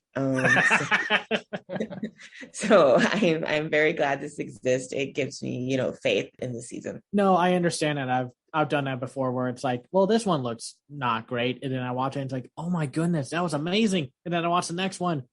Oh, Mike, what did you think? This anime is the reason why I wanted to cover the action adventure genre first, not just because this is like the big hit that everyone's going to be talking about. It genuinely is that good. It checks off like all of the boxes. Obviously, with Cloverworks and Wit Studios, the animation is going to be incredible. The opening sequence is awesome, very colorful. I love like the music, even like the English voice cast. They have like some really great talent. You have Alex Organ, who plays Twilight. Megan Shipman is Anya, and she is just the most precious thing ever. And then you have Natalie Van Sistine playing Yor. This is a really great dub. All of these dubs have been really good. I haven't had any like real issues with any of them. The story is very fascinating. It's kind of like Mr. and Mrs. Smith, but with like a kind of sort of supernatural element, with Anya being the telepath of the group. There's a lot of political intrigue. The action is really well done. This just has everything. So if you haven't seen it yet, it's everywhere. This show is so good that people who generally don't like anime even say, hey, I like this one. That is proof that a show has really crossed over into the mainstream. Yeah, I mean, like, I knew the manga was super popular, but I'm always kind of like hesitant because, what's usually popular within like either it's a light novel or manga, it doesn't always equate to either good adaptations or just the hype being worth it. Like, I know it gets better, but Jobless Reincarnation, no, I don't think it's worth the hype. Spy X Family and like something like Ranking of Kings and like Comey Can't Communicate are worth the hype. This show is just great. Anya's like little facial expressions are just going to be meme worthy for probably a good decade. I think her facial expressions give her like the most internet's presence than most anime. And I do like the dry sense of humor from Lloyd, how he's like, okay, through this mock interview, what do you do on your days off? And then Anya will be like, we knock people down and beat the tar out of them. Okay, just pretend you didn't see that. And they do show off the tension, and it gets really gripping about like how they get enrolled into the academy. And Lloyd pretty much almost breaks character and almost kills someone in front of everyone. Just like because he's like, gotta stay to the mission. Okay, screw it. But he saves it. And of course, you've probably seen the gif around of Anya punching a kid, and it just looks great. The animation just, again, when you get Cloverworks and Wit Studios, it's going to look great. Though, why, out of all the shows to get controversy, why did Spy X Family have to get like one of the dumbest non-traversies around? God, I remember this. Someone on TikTok was saying like when, like during that sequence where Lloyd picks up Anya And because he's excited and he's happy that she made it into the school. She passed the test. Well, she passed the test to get into the enrollment process of going into this academy. And someone was like, man, they're sexualizing this kid. And it's like, what the hell? TikTok, you are the worst. It's like, honey, you haven't seen anything yet. We're about to talk about 3 shows in a row that have disgusting. Yes. Like, what you know what? If you see him being like, oh my gosh, Anya, I am so proud of you, and lifting him up with joy, if you see that as sexual, that's your problem. That's on you. I don't know how you could see that. Like, yeah, that's like calling Annie, the musical Annie, pro pedophilia. Like, dude, what the fuck are you even talking about? That's looking for trouble. That's terminally online is what that is. Yeah, terminally online. And I get it that I don't know how people say it's like that one thing with like, because you think, oh man, TikTok just went full stupid. Well, that can't possibly happen in such a short amount of time. It happened again. When they're like, so the creator of Naruto aged up Naruto so he could get married to Hinata and they can have kids. And it's like, yeah, that's what you do when you have adult characters. You write them to get married if you want them to, and then they have kids. Don't tell anyone about Dragon Ball Z. Don't let anyone know. Our secret. Yeah. What is Jesus wrong Christ. With some of y'all? Like, oh my goodness. Media literacy is dead. Stay in school, children. Please stay in school, for the love of gravy. But yeah, back to Spy X Family. Just good comedy, great action. The dynamics are great. And even though they're trying to hide their real professions from one another, like, they do start becoming a real family, and just the late episodes so far are great. I think everyone will love this show. I'm definitely going to show this show off to like people who don't normally watch anime, because it's one of those 4-quadrant super appealing shows that anyone can get into. And yes, Anya has joined the main character from Ranking of Kings and Kotaro from Kotaro Lives Alone as like, everyone must protect his child at all costs. So, we talked about a great show. Wasn't that fun? Talking about stuff we love. Who doesn't like talking about that? Sorry, we're talking about comedy now, and we're about to go through 3 straight dumpster fires. Let's talk about them against our own better judgment. Miss Shachiku and the Little Baby Ghosts. The original translated title was much, much worse. This is based off of the manga by Imari Arita. It's directed by Ku Nabara, written by Hitomi Miyano, a.k.a. Deco a Cow. Once again. Guess who's back? Back again. Deco's back. California. Oh, I think this is like the one show that she's doing this season. I wish it was a better show. And it's produced by Project Number 9. Fushihara-san spends most of her time stuck in front of her office computer, regularly toiling at overtime like a corporate slave. Even after her co-workers have gone home. Noticing her unhealthy situation, a ghost in the form of a little girl rumored to haunt the building takes it upon herself to scare Fushihara-san out of the office in order to relieve her stress. We will talk about all the red flags in a moment. However, the ghost's overwhelming cuteness only does the opposite and instead motivates Fushihara-san to work even more.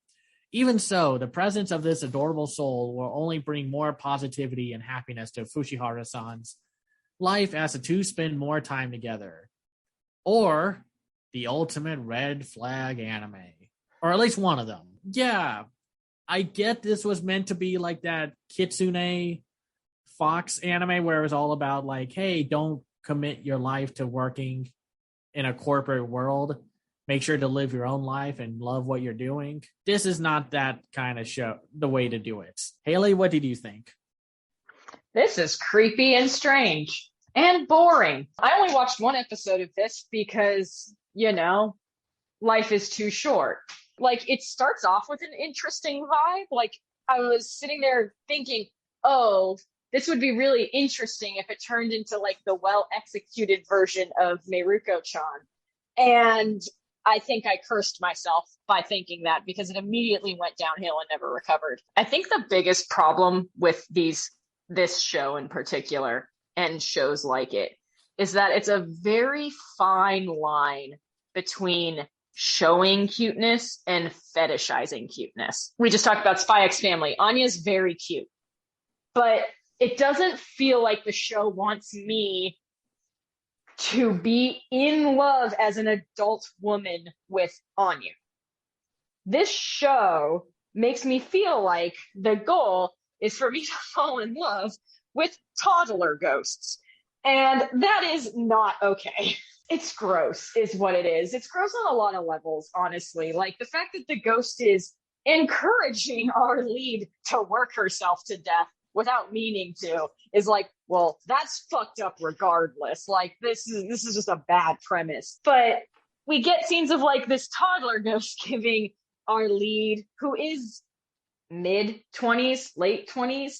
I mean, right. Obviously, there's no age gap that would be okay with a toddler, but I just want to emphasize that this is a wide gap of years on these people. She gives her a back rub at one point that is very strange, and the lead reactions to this cute ghost girl are very, very inappropriate.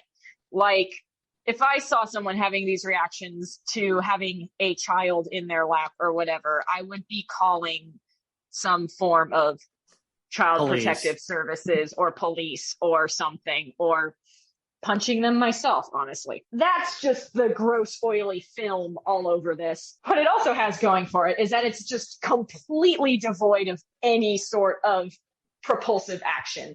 The first episode is a Rashomon-like retelling of a very boring incident in the office where the woman meets this toddler ghost, shown like 2.5 times with no real jokes or plot progression. I have a real big problem with shows that I would kind of just widely bucket as cute girls doing cute things. I feel like they have become either very fetishy or very just excruciatingly boring. Like right. Super Cub just lingers in my memory as one of the worst things I've ever seen. And this is pretty up there with Super Cub in a different way. But I get that some people like to relax to these kinds of shows. All of the creepiness of this show notwithstanding, I understand that people do enjoy watching shows with kind of cute moe blobs just chilling out and encouraging each other. Like, sure, there's an audience for that. But when that's not your thing, there has to be something else there. There just has to be. And the something else in this case is fetishizing toddlers. So, like, just fuck this thing. Honestly, we're going to talk about something I think is worse next, but this is pretty goddamn bad. Yeah, no, this is exactly the kind of show that people think of when it's like, oh, is anime just dumb, teeth-rotting cuteness? This is that kind of show, except with the underlying just creepy factor under it. Mike, do you have anything to say? Okay, so spoiler alert, I have similar complaints for the first 3 comedies, and they all concern the overdose of kawaii. But this one pretty much pissed me off the most because it's not necessarily a workplace comedy. It does take place primarily in the big generic corporate office. If you know how much I've been dreading my day job lately, you'll understand that I just had zero patience for a lot of what happens in this show. The office that they're in it's just a setting for nothing. People say that, like, oh, Seinfeld is a show about nothing. That show, Seinfeld, has more substance than this. Haley kind of already demonstrated the specific red flags with the show. I don't have too much else to add on that front. Just, no, I do not recommend this in the slightest. No, it's like, what's odd about this show is that some production committee obviously wants this to be a big franchise kind of thing, not like a Naruto Jujutsu Kaisen kind of franchise thing, but a very merchandise heavy franchise. Like a Doraemon? No, just like the designs of the ghost characters are what's really supposed to be turned into like dolls or models or keychains and such. And it's also like not a bad looking show. It's got a nice little watercolor like painting style to like everyone. And again, I understand why this show was made. Work culture in general is brutal, unforgiving, and extremely tiring. You need to have something that is just like, hey, you know what? You're doing great. It's okay to leave work early instead of feeling like you need to stay as late as you can and such. Even though I think the much better version of that is Agretsuko to a degree. I mean, I haven't seen the most recent season, but still. And this could have the most appealing designs, the best animation, and the best messages if it wasn't so darn boring. There is nothing interesting about this show, nothing interesting about the characters, and it's so slow. You stay with 3 episodes with this one ghost girl, and then by episode 4, you are introduced to the cat girl, and then these other 2. It's just so boring. This might be the worst one. And good lord, this alternative title, the synonyms. Miss Corporate Slave wants to be healed by a lolly spirit. Red flag. Bring out the clip from Ren and Stimpy of the walrus going, call the police. Hanson, we'll see you now. Just good lord. Oy, it's just boring. It's boring, sugary, sweet nonsense, and it's not good nonsense. I feel bad because it's like, it's just trying to be cute and telling you not to work yourself to death, but it just doesn't work. At least we can count on Cloverworks to put out another good No. I don't know what's wrong with Cloverworks these past 2 years. I think they're doing too much. Because we're going to be talking about In the Heart of Kunoichi Tsubaki. Content warning. The show sexualizes underage characters. Not children, but tweens. We'll get into that.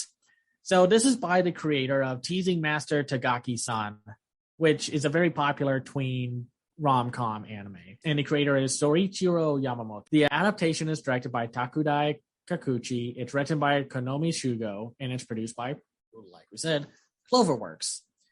The isolationist Akane clan, composed of an all-girls body, mainly consisting of young kunoichi in training, has a code to which they all must adhere.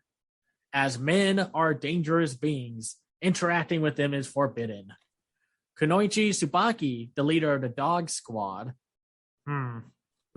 is an excellent trainee with a promising future, but she has started to experience a strange feeling in her heart whenever the subject of boys is brought up. Okay, so once again, a coming-of-age tween comedy. The other creator's work is actually pretty charming and not super creepy.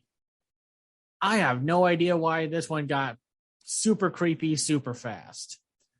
And it is also one of those anime this season that has an incredibly dumb plot explanation or a plot twist. Yeah, it's not good. It's obnoxious.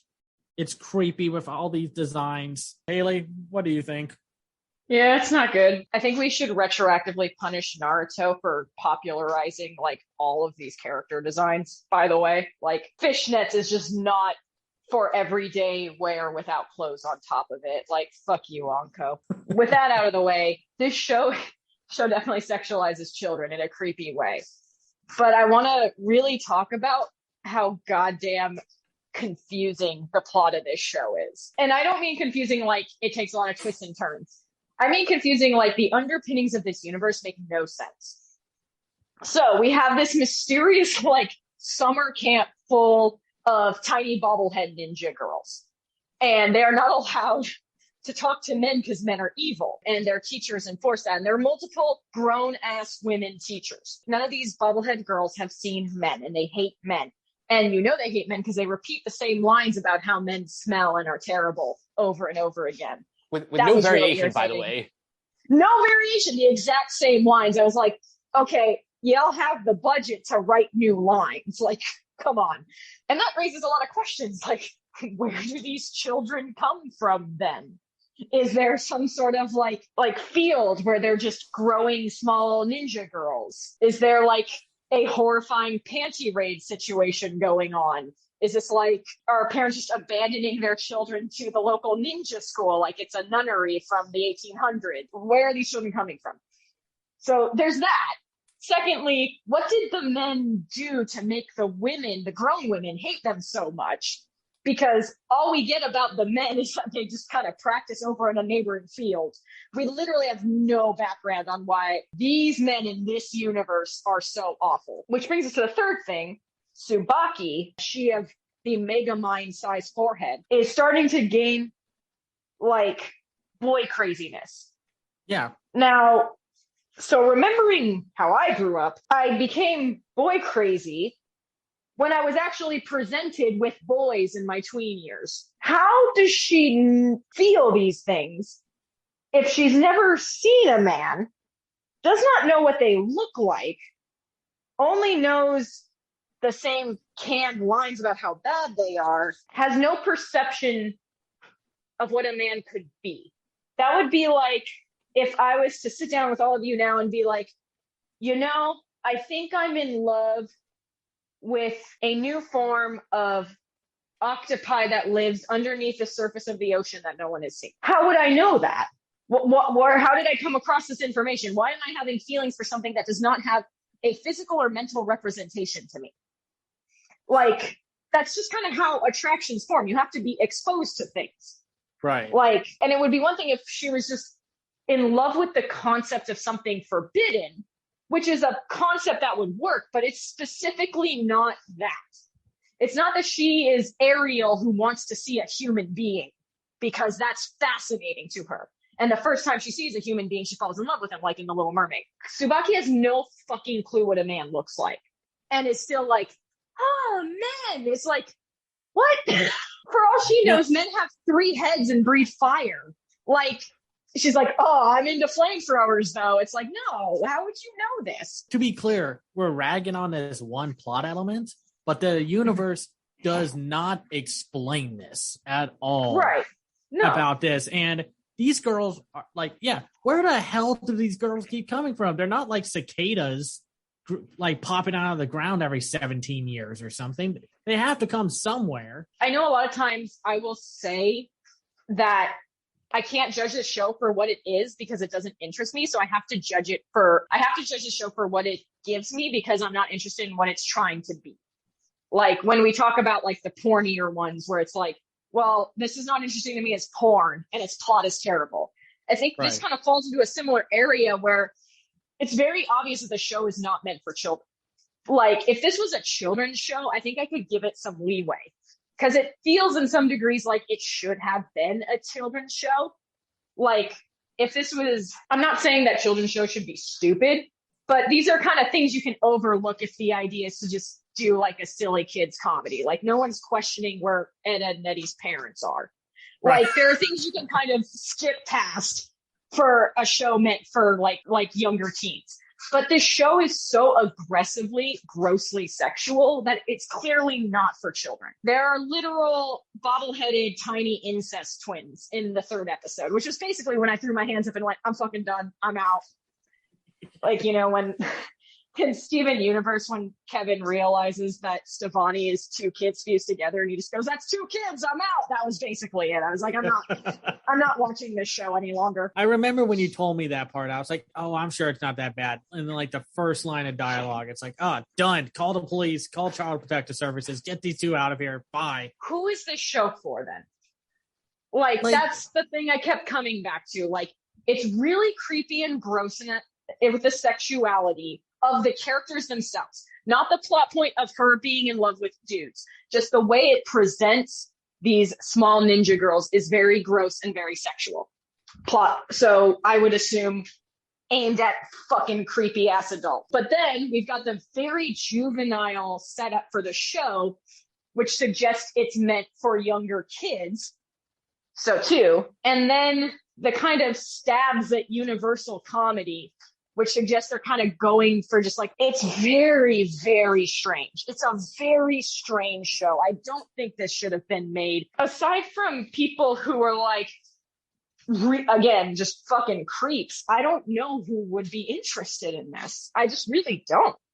Like, if you're looking for an intellectual exercise, it's bankrupt. There's like, unless there's a twist in like episode 5 where she's a fucking robot or something, which would make it fun, but is not helpful in any way. Unless there's some sort of twist where it's like, oh no, it turns out she has seen men before, and that's driven her love of them, and the rest of the people actually know this and they're trying to cover it up or something along those lines, like maybe. But the show all seems very uninterested in interrogating that, because like the first 3 episodes are a lot of like terrible Azumanga Daioh sequence ripoffs. Like right. It's just, I don't know, the show is awful. It's hard to say if this is worse than lolly ghost corporate nonsense or not, but they're both bad in the same way. Except Kunoichi Tsubaki also makes no sense. From what I was trying to gather with this show, it's trying to be like that moment in time when tweens becoming teens and like becoming like, oh, maybe I am interested in the other gender or the same gender or whatever. And it's like trying to be one of those like 80s teen comedies, I guess, just with the whole like, because there's an all-female school of ninjas and an all-male school of ninjas. And if that's what it was, like they actually had the men or the boys and such in the show, fine. It would have been like another mediocre ninja show, but fine. But yeah, Cloverworks, you need to like find projects that aren't super creepy, or for a chunk of its runtime, super creepy. This isn't as like fetishy looking as like a Kebi's sailor uniform, and that show actually gets better, but it still just revels in its creepiness that we talked about in the winter episode. This one, it's like it's not as instantly recognizable until you start realizing just how little clothes everyone wears, the exposed torsos, the preteens, the exposed shirts. The art style also does this absolutely no favors. They look younger than they are. Exactly. It has the same visual assault. It's the same person who made Teasing Master Tagaki-san. And that works. That's a realistic, grounded rom-com about a preteen duo like falling for one another. That's fine. It doesn't work when you try to put them in fetishy outfits or whatever anime likes to define what ninja attire was. Because if we're going by realistic ninjas, all of these kids will be dead. They would get spotted instantly and taken out. But yeah, there's not much else. The comedy's not very funny. The animation, even by Cloverworks standards, it's not great. I don't think it's their best work. I think a lot of their best resources went into the upcoming second season of Shadow's House and into Spy X Family, which is obviously the best show ever. So, Mike, do you have anything to add? I watched this show after seeing early in the weekend Alex Garland's new film, Men. So while I was watching this show gave me so little in terms of like substance, in terms of world building.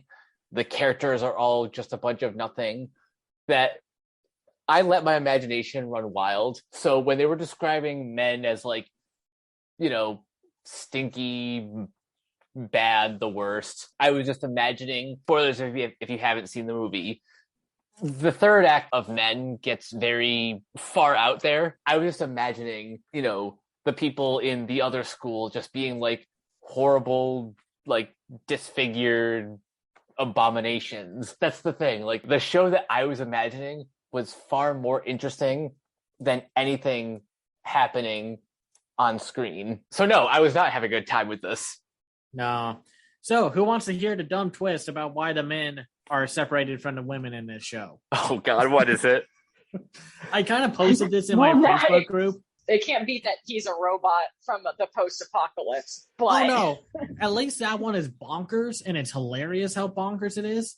This one is dumb. It just adds on to the world building nonsense of there is no world building.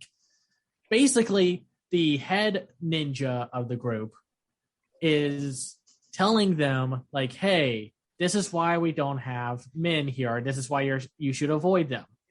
Back in the day, men and women used to be ninjas and kick butt and all that stuff. And then one day they found attraction to one another, and they kept eloping to be together and away from all this ninja nonsense. Which, if this was like how ninja life was, I'd probably want to find as many times and ways to elope as possible if this is the case.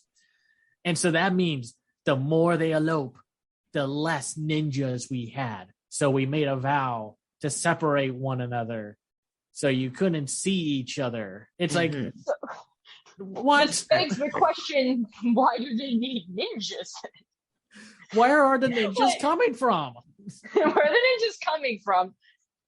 Why is a ninja shortage a bad thing? Also, that's weirdly wholesome. Like, that just makes the leader come off like a really frigid bitch, no offense, which is kind of misogynistic in its own way. Right. No, and it's weird. It's like, why is that the twist? What's the point? You expect at least that, like, the men burn down their camp or something the way they're talking about it.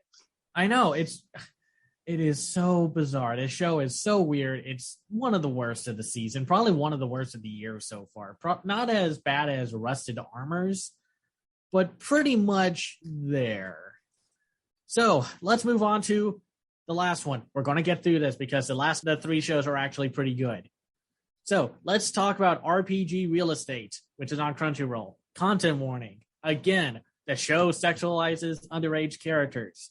Stop doing that, anime. Anyway, what is also about the spring season that brings us fantasy house hunting anime? It's based off of a 4-panel manga by Chiyo Kenmotsu. It's directed by Tomoaki Koshida. It's written by Yoshiko Nakamura and produced by Doga Kobo. The story begins 15 years after the Demon King was defeated and the world has become peaceful. Kotone, who graduated from school and became a magician, inquired about the kingdom-affiliated RPG Real Estate in order to find a new home. In reality, RPG Real Estate was Kotone's place of employment. And together with Fa, a demi-human, the priest Rufuria, and the soldier Rakira, they help support the searches of new homes for the customers with various circumstances. Okay, first off, again, the super overly cute designs. Very childlike. It's very creepy. They try to avoid that with the characters being adults. Well, 3 out of the 4 being adults of the main cast. Doesn't work. The outfits are silly and absurd with how revealing and just dumb they look. 2, if you want to know who gets the worst of the sexualization, it's the demi-human, the dragon girl. Her one shtick is that she doesn't like to wear clothes. And you better find that funny because that's her only shtick. Outside of being the dumb one. No. Yeah, exactly. It's not funny. It's like, and what sucks is this is the best one of the 3 that we've, at least it has the housing angle to go off of, with how you should, like, don't think of what you would like in a house. Think of what they would like for a house, or just like how living situations are. There's a lot of cool stuff. Good luck sitting through too much moe cuteness and weird amounts of undress throughout 3 of the episodes. I gave up after 3 episodes. I was just like, I'm done. Bye. Haley, what did you think? So I gave up after 2. Yeah, I somehow managed to watch all of these sexy baby anime in separate times, thank God. Because if I watched these all in a row, I think I would have just given up on watching everything else. I do agree that this one is marginally the best one, but I feel like it's the worst of these like video game inspired settings plus cute girls doing cute things anime all kind of packaged into one.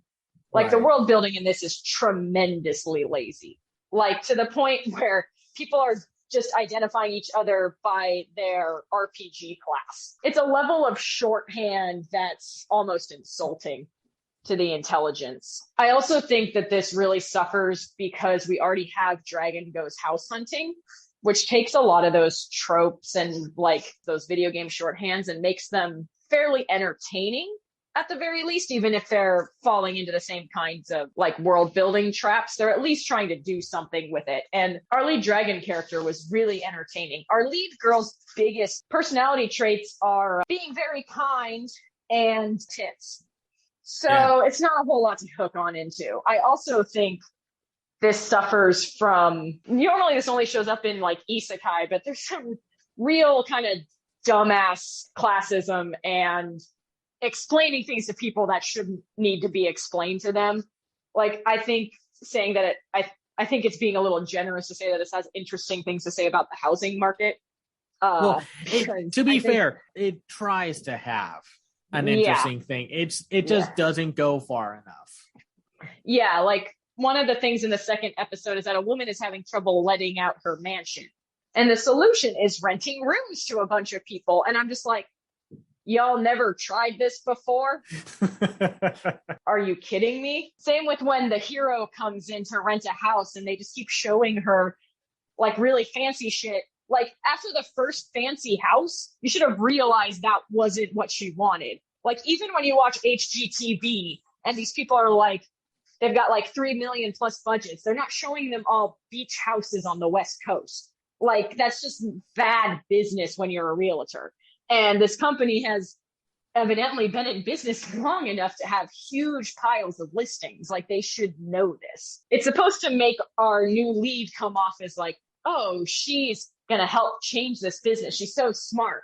And what it really comes off as is, wow, how did RPG real estate not go under years ago? Because everyone working it is a dumbass. And then you combine that with gross ass fan service of people that look like tiny children bobbleheads, which I don't want to dwell on this because I feel like we've literally dwelled on it with the other two. It's all the fetishy stuff is gross. Like the best animated part of the first 2 episodes is literally when the lead character is taking off her shirt in the second episode and her boobs jiggle in like 24 frames per second. And I was just like, this is just, oh God. And this one also, like, I didn't mention it in Tsubaki, but there is a possessive lesbian in Tsubaki. But none of the other shows we've talked about really have like a straight guy fetishizing lesbians vibe nearly as much as this show. Like it was deeply uncomfortable. Like they're clearly a supernatural level of queer baiting going on in this show. And also just because of the general graphicness of the fan service just makes it even more uncomfortable than it would be. Like there's so much like, let me sleep with you in your bed. Let me borrow your clothes. Oh no, your clothes are too tight. It's like, am I watching Pornhub? Like what is this turning into? This is ridiculous. And so that's what I mean when I say it staples like the worst parts of cute girls doing cute things and the video game anime ripoffs together. It's like, it's cute girls doing cute things in like the creepiest way possible. There's nothing soothing about this. I can't imagine being like, oh, I really like Yuru Camp. I'd be like, no, you should not watch this. And if someone was like, oh, I really like Faraway Paladin, I'm like, no, you shouldn't watch this. Like there's much better shows to watch. And there are better shows about a group of girls doing something that's not as queer baiting and what have you. And it's better than the other two by virtue of it like having, you know, like some plot propulsion, like there being some things where like people are clothed. Right. But that's like the bar is on the floor at that point, you know. Oh, I think it's 6 feet under. Someone called James Cameron. Raise the bar. Oh, Lordy. Mike, do you have anything to add? Basically just going to echo the same thing that has been said before. My experience was watching all 3 of these in a row, which was not the greatest idea because by the time I got to RPG real estate, it does have at least like a more interesting hook, but that's all it has. Fan service was just too much. The cuteness was just too much. Episode 2 in particular is when like the fan service kind of at least goes out of control. Yeah. So if you watch this and were just too uncomfortable with the second episode and bailed, I would completely understand. These 3 shows in a row was not a fun experience. No, it's not. It's not a great show. Just go watch Dragon Goes House Hunting if you want a show that's about fantasy house hunting. I'm super shocked HGTV has not made something akin to that.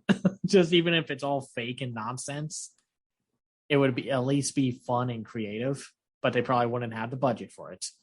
So let's talk about the, I guess, one of the better comedies of the season. Kind of depends on how it goes. Don't Hurt Me, My Healer. It's based off of the manga by Tanani Hako. It's directed by Nobuaki Nakanishi. It's written by Fumihiko Shimo, and it's produced by Jumondu. A fantasy and adventure comedy starring Carla, a dark elf cleric who invests too much in her insulting skills, and Alvin, a swordsman who has to put up with her antics.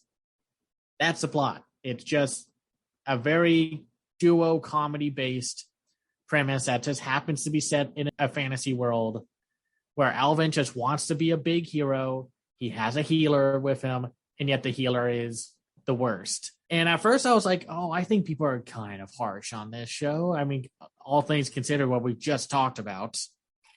But I get why this one's kind of like you either love it or you hate it. It's definitely like you have to like the type of characters these two are, and you have to like that kind of comedy where it's just one of them is saying something kind of stupid and the other one reacts angrily at it, sometimes to an understandable and sometimes to a comedic degree. Haley, what did you think about this? I think for what this is, it's very well done. If you like the sense of humor of this, I don't think you're going to get a better show like this than this show. It's very well animated. It's very creatively animated. The characters are very vibrant. They're full of life. There's a lot of showing, not telling, which is fantastic. I just was not into this sense of humor of this show. I did watch all 3 episodes because I found it to be getting better with each episode, but this isn't something I'm going to pick up again afterwards. Like, one of the notes I made in episode 3 is this is definitely getting funnier as I get to know the characters.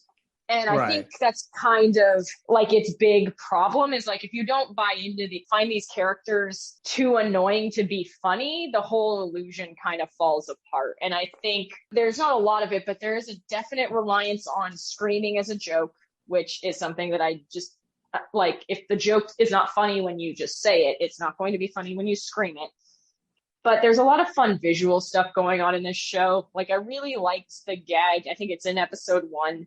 Where we never see Alvin's face. It's always blocked by something in the foreground or another character. Like, that's a fun way to poke fun at the fact that you've got kind of a generic everyman fantasy dude as your lead. The overly long titles for each episode are also extremely funny.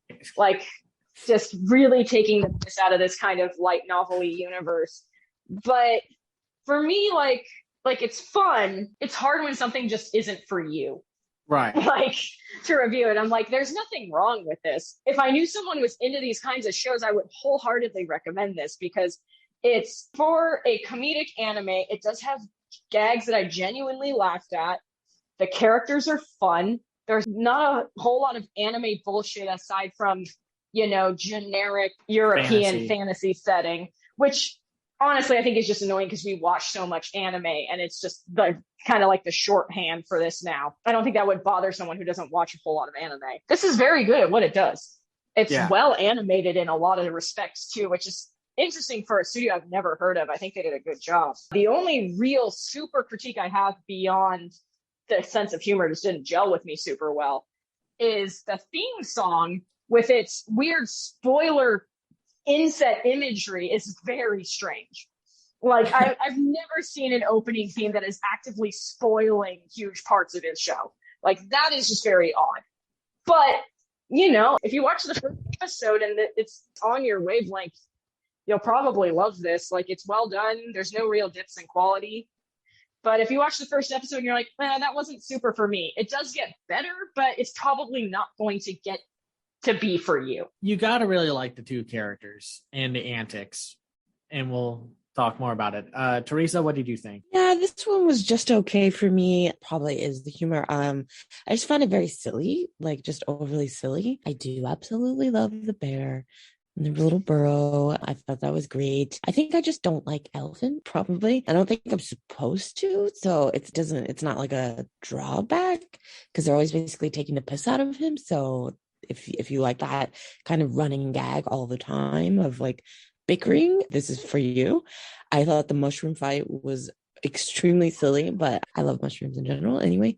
So I just really like the animation of that. It was watchable for me, but it was just really not a hook for me to be like, yeah, I'm gonna like sit down and watch this after, Spy X Family. Like it just didn't gel for me quite. But I thought, the animation was fine. I think maybe I haven't watched enough of the anime in this to get like all the jokes of the titles, but it just came off kind of like silly and if especially watching them back to back, I was like, maybe I need to break it up. And I would come over to it a little bit more. Mike, what did you think? Once I figured out that this was less of an adventure anime and more of a comedy, I think I started to get into it a little bit more because it just is my sense of humor. If you're a big Abbott and Costello fan who also happens to be an otaku, then this show might just be exactly what you're looking for. The buddy dynamic between the hero and the healer is very silly, especially with the episode with the mushroom fight. The antics are just kind of chaotic. It definitely reminded me of in high school, I used to be in a lot of D&D campaigns that just went completely off the rails. This really brought me back to that era. I had a lot of fun with these first 3 episodes. I don't know if I'm going to ever actually go back and finish the series, but if you're into something light with a silly sense of humor, I think I can comfortably recommend this one.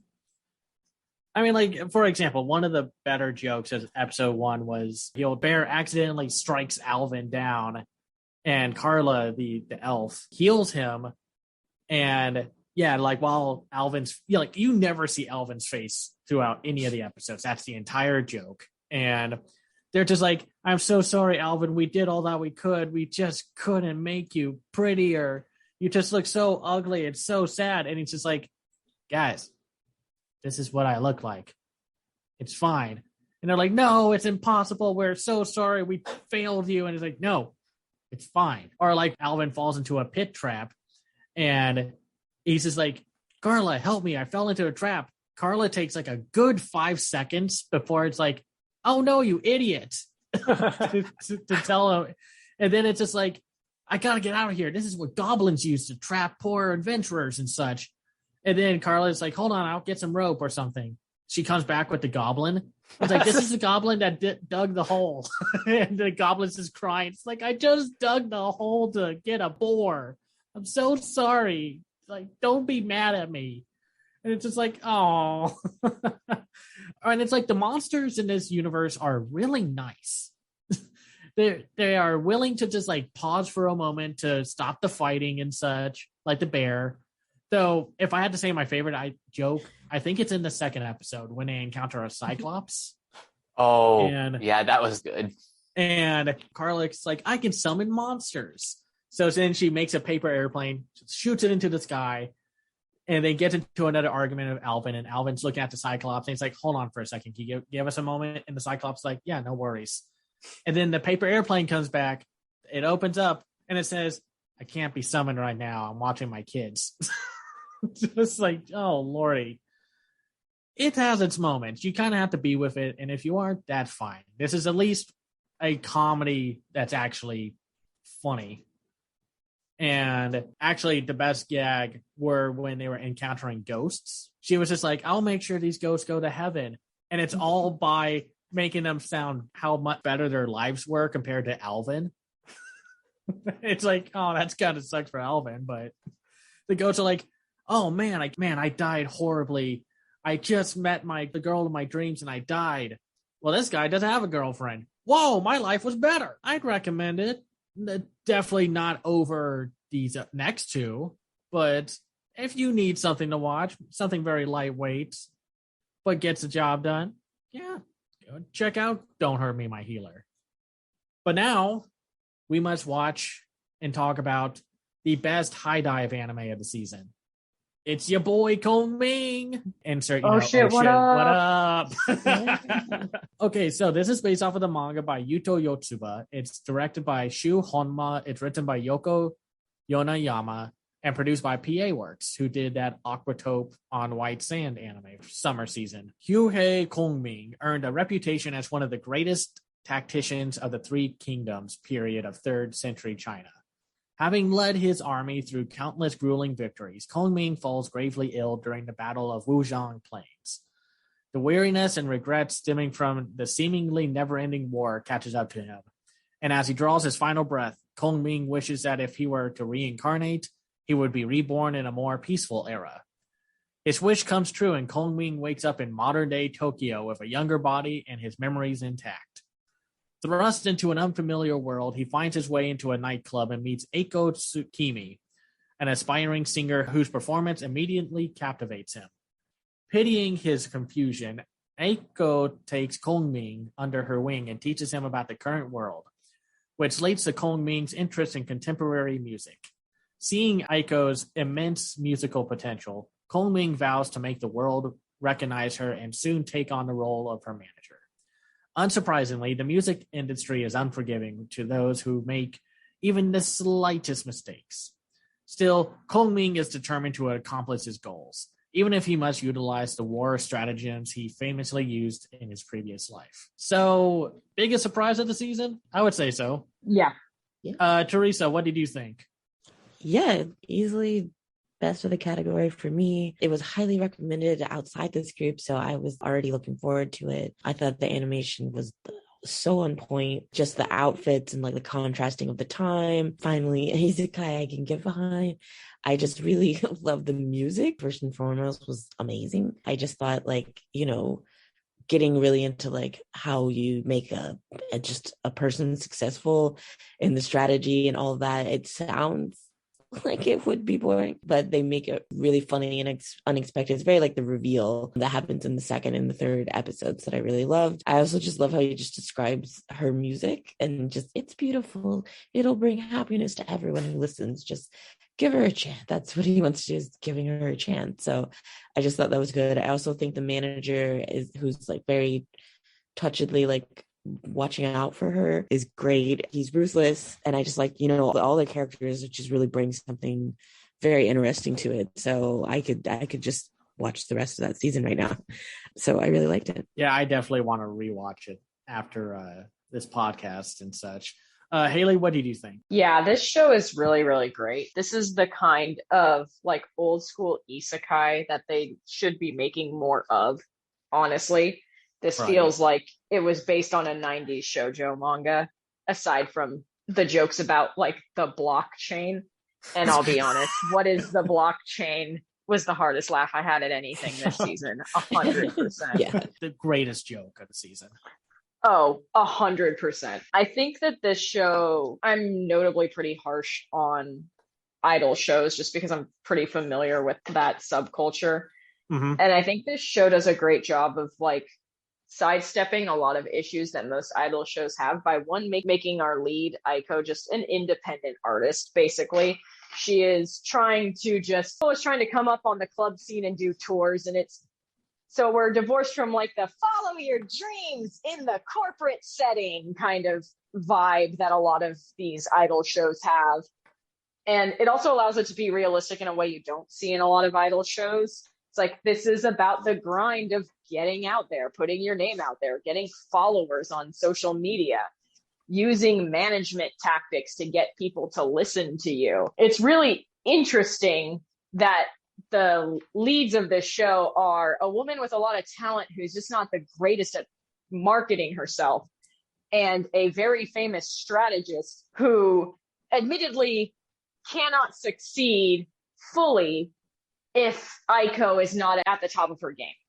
So there's a symbiosis to them that works really well. I also really like the aggressive bar owner character that is aggressively protecting Aiko as well. I really like also when musical shows put a lot of effort into their music. Like, you can tell very quickly why Kongming is very interested in Aiko's music. Her voice is fantastic, and I don't think there's a dub for this. This feels like a show that probably shouldn't have a dub. Agreed. Although I said that about Zombieland Saga, and the dub works really well in that. So who knows? But her voice is really pure and interesting, but you can see where she needs the marketing push that Kong Ming is giving her. I also think when they introduced Mia in episode 2, just hearing like a snippet of Mia's voice makes it very clear why Mia is very famous in this club setting. Like, they do a really good job of differentiating the different bands and singers that come through. There's a couple like minor quibbles I have with this show. And one of them is that we don't hear a Jet Jacket song. We're just kind of told what Jet Jacket sounds like.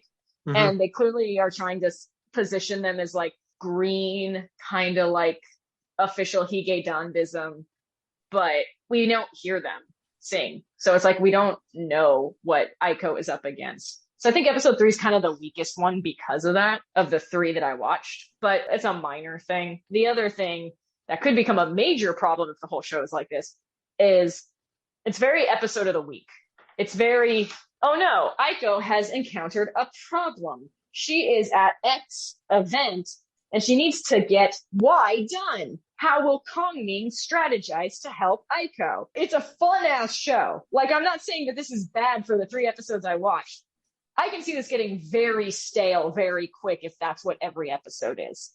And it doesn't seem like it will be. It seems like they have greater aspirations than that. There's a bunch of characters in the opening theme, like the girl group Azalea, which I'm very interested in seeing what they're like. Some other male and female characters. They hint that the Aiko superfan who records all of her events is going to become a major player. So it seems like they're going to branch out of Kong Ming saves the day and gets Aiko more fans fairly quickly now, if not in the next episode that I didn't watch. There's a risk to a show like this being this episodic, I think. It can feel like it just stagnates, which is like, you don't want it to do that. And it would still be very pleasant if it even did that. But this feels like a show that has ambitions for more than that, so I just don't want it to get stuck in that rut. But otherwise, this is a really fantastic show, definitely worth recommending. Also, very surprisingly easy to get into, despite me knowing nothing about the historical underpinnings of it, which I think is very impressive for a show like this, too. Right. I think they're starting to have an overarching plot because the 3rd episode puts Kong Ming in like a self-realizing, self-identifying kind of like, who are you as an individual? And that's what a lot of this story is. It's finding out who you are as a musician and as a person. And because it's like Kong Ming is like smart. He knows his plans can work. But like, why is he doing it? Why use this plan? Why is he doing this? Who is he doing it for? And I like that the overprotective bar or manager is like a huge Three Kingdoms nerd. I think that's a very cute twist on the otaku formula, fanboy side of things. Mike, what did you think? Oh yeah, this is top 5 material. I know that seems a little bit obvious for me because, a show about music will instantly get my attention, but unlike the thousands of idol multimedia projects, this one actually has a heart and soul, and it puts a very interesting spin on the whole fish out of water concept, with Kong Ming being essentially zapped into the future in a younger body, but still wearing the outfit of Kong Ming. The first episode kind of gets all of those like fish out of water tropes out of the way. The fact that he happens to wake up on Halloween night, so everyone around him just thinks like, oh, he's in a costume. But that's just merely set up to get him into the bar to meet Aiko. And then that's when the story really gets going.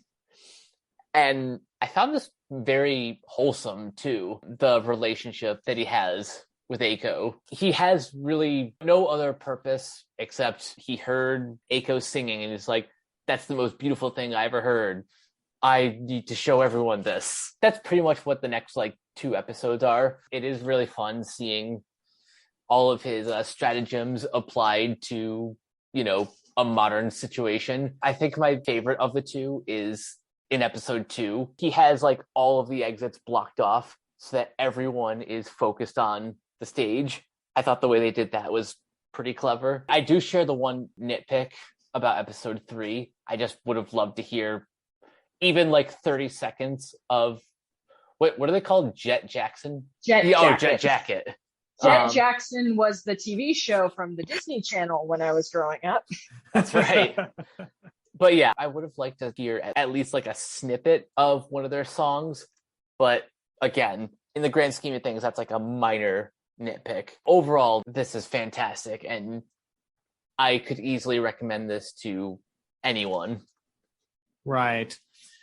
No, it's just a great show. And they do expand upon the relationship between Kongming and our lead female protagonist. So the story is going to head to places. So that's always a good thing to see. And I think PA Works is one of those studios that they're kind of like KyoAni. They don't just make 5 shows a year because they're not MAPPA.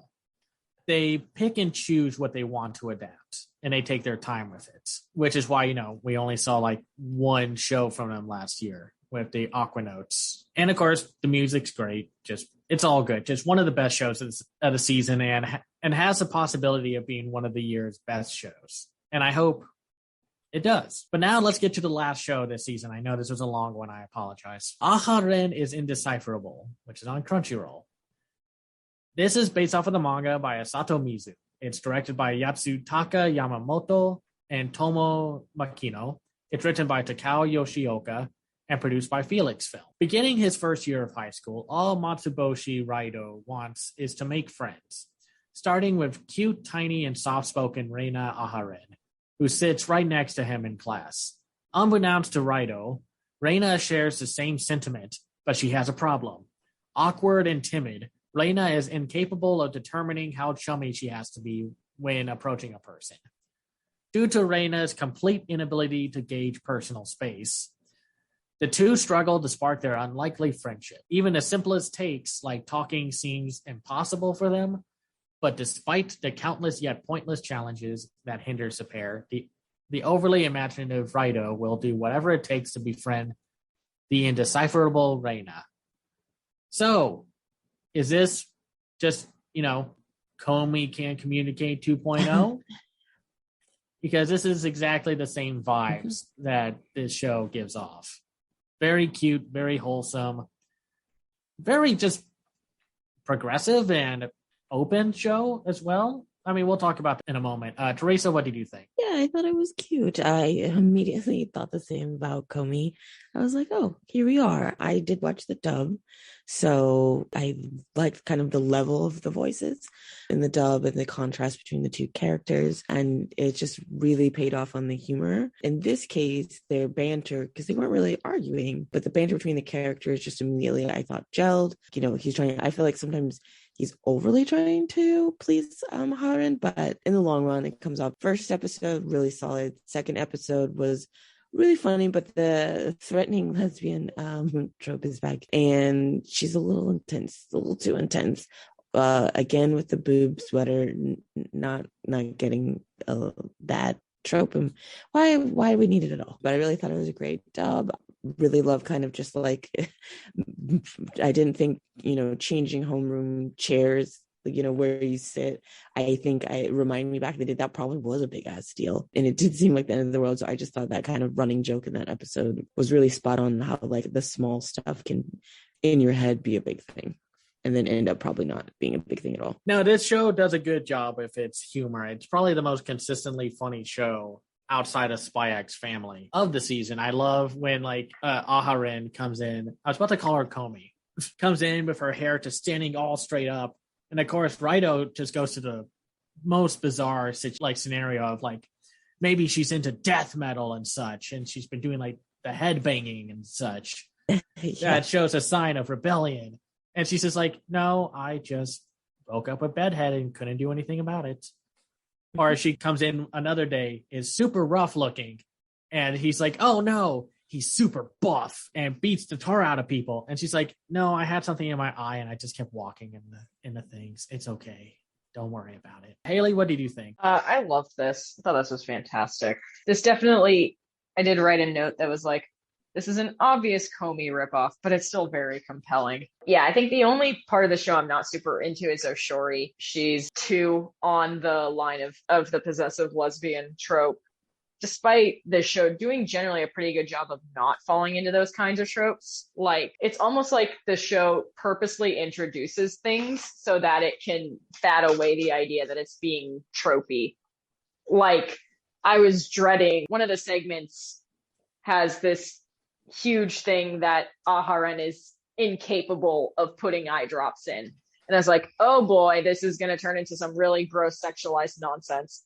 No, she's just fucking terrible at putting things in her eyes, and her face is just covered in eye drops in like a non-sexy, very comedically stupid way. And then it comes back up again when she used to put like moisturizer on her face, and she just looks like a complete idiot.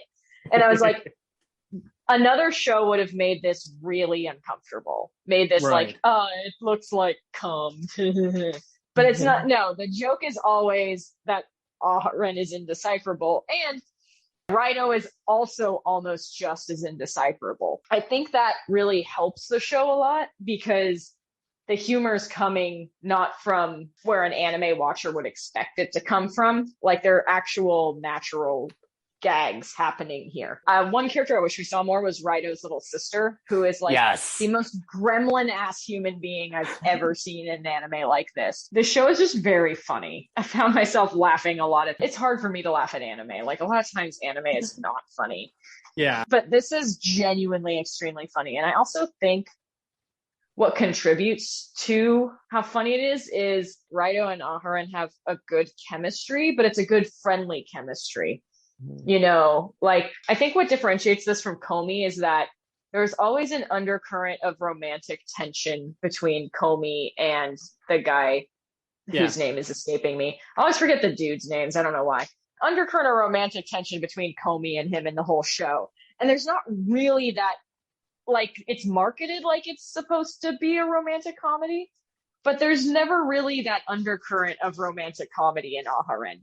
No one really seems to be seriously actually interested in anyone else. Like, even with Oshori's kind of possessiveness of Aharen, it doesn't feel like she actually wants to be with Aharen. It feels like she just wants to protect her. So it makes it a little more easygoing, and it's easier to kind of get into these characters because you're not sitting there the whole time going, oh, will they or won't they? It's like, no, they're going to be fucking idiots together. And you can rely on that. And they're going to be idiots in compelling and fun ways. They make a great odd couple. I think the note that best sums up my experience with this is, lol, I love this dumb light show. And that's it. Like, there's not a whole lot to this show. You're either going to like it or you're not. It's wonderful in that kind of like wacky Azumanga Daioh Nichijou sort of way. No, it's a very universally funny show. I think it works exceptionally well. And yeah, their dynamic is very platonic. I'm sure they're going to have some romance interest maybe as the show goes on. I watched up to episode 6, but nothing really changes. It's just really what kind of antics can these two slightly stupid people can get into. And I like that the whole running gag of Raido being like, people say I look mean, or even worse, so I'm going to put on a smile. And there's like barely anything different about him. There's a moment later in the show where he's just like, they try to do that whole thing of like, oh, you should smile more, Aharen, which, you know, one of the scummiest things you can tell a woman is that you should smile more. We don't need that nonsense anymore. But he's like, here, I'll teach you everything I know. I'm great at smiling. And he has that look the whole time. His face doesn't change. I think something that makes the show really successful is that Raido, like, he's supposed to be our quote unquote straight man, but he is also just otherworldly incompetent. They're complete idiots. Like, you get the sense that they don't interact with a whole lot of people because no one wants to interact with them. Yeah. So they do the whole smiling thing. She learns how to smile, though. He gets the photos into, okay, here's a before and after photo. We'll see how much you've changed. 5-second pause to look at the two photos. Nothing has changed. And then, of course, I shared the clip with y'all with the rap battle thing, which is very funny. Mike, what did you think? So one way you can easily tell that a comedy anime is working is if my face starts to hurt from smiling the whole time. The joke that really killed it for me, aside from the death metal joke, which dying, was when Oshiro is giving Reina the haircut. They show a montage of like all these different shonen protagonists. And I just lost it from there. Even though it is very obvious that this is like coming directly off the heels, well, allegedly, off the heels of Komi Can't Communicate, at least it does a good job of being exactly that. You know, they say imitation is like the highest form of flattery. So if you like Komi Can't Communicate, want more of that, you should definitely check this out. On Wikipedia, this categorized under romantic comedy, so there will probably be a more developed romance later on. We just haven't seen it yet because we're only, as of now, there are 8 episodes, and the manga has been ongoing since like 2017. So if there is romance, we'll probably see it eventually. Oh, well, one thing this show actually does super well. Shout out to not sexualizing the female characters of this show. Oh my god, yes. That is immediately a positive. In episode, I think it's 6, they do the whole like the swim class thing. It's like, oh boy, here we go. And you see Aharen with like an inner tube and basically full on scuba gear. And then Raito is just like, you probably don't need all of that. And she's like, okay. She takes it all off. It's just a normal school uniform, nothing out of the ordinary. And you find out that the two of them can't swim. They also introduce another family member of Aharen, where she has a younger brother. And it's funny how you find this out. Spoilers for this episode. Yeah. Raito goes up to like the claw game that you see in the first episode and thinks Aharen's right there. And then he finds out that like this super identical looking Aharen is not the Aharen he knows. And he's just like, what's going on here? Is this like an evil twin? Are there clones? And then Aharen's just like, oh, you met my little brother. And the little brother is like dressed up in her whole attire. And yet the joke is never that the brother is wearing like girls' clothes. Just that he looks identical. Yeah. And they have a little really super sweet and wholesome post-credit scene where they show the brother in Aharen's room checking out and trying on other clothes. And Aharen is super supportive of that. And it's like, oh my gosh, we might have like one of the few LGBT representations in this freaking season that's actually like really wholesome and not a punchline. This is just a great show. I love it. This might be one of my favorite shows ever of anime. And with that, we are done with part 1. Let's do a top 3 for right now. We'll do a top 5 when we get to part 2. Mike, what would your top 3 be? All right. First, I'll say my honorable mentions are Dawn of the Witch and Don't Hurt Me, My Healer. So number 3, I would say The Executioner and Her Way of Life. Number 2 is going to be ya boy, Kongming.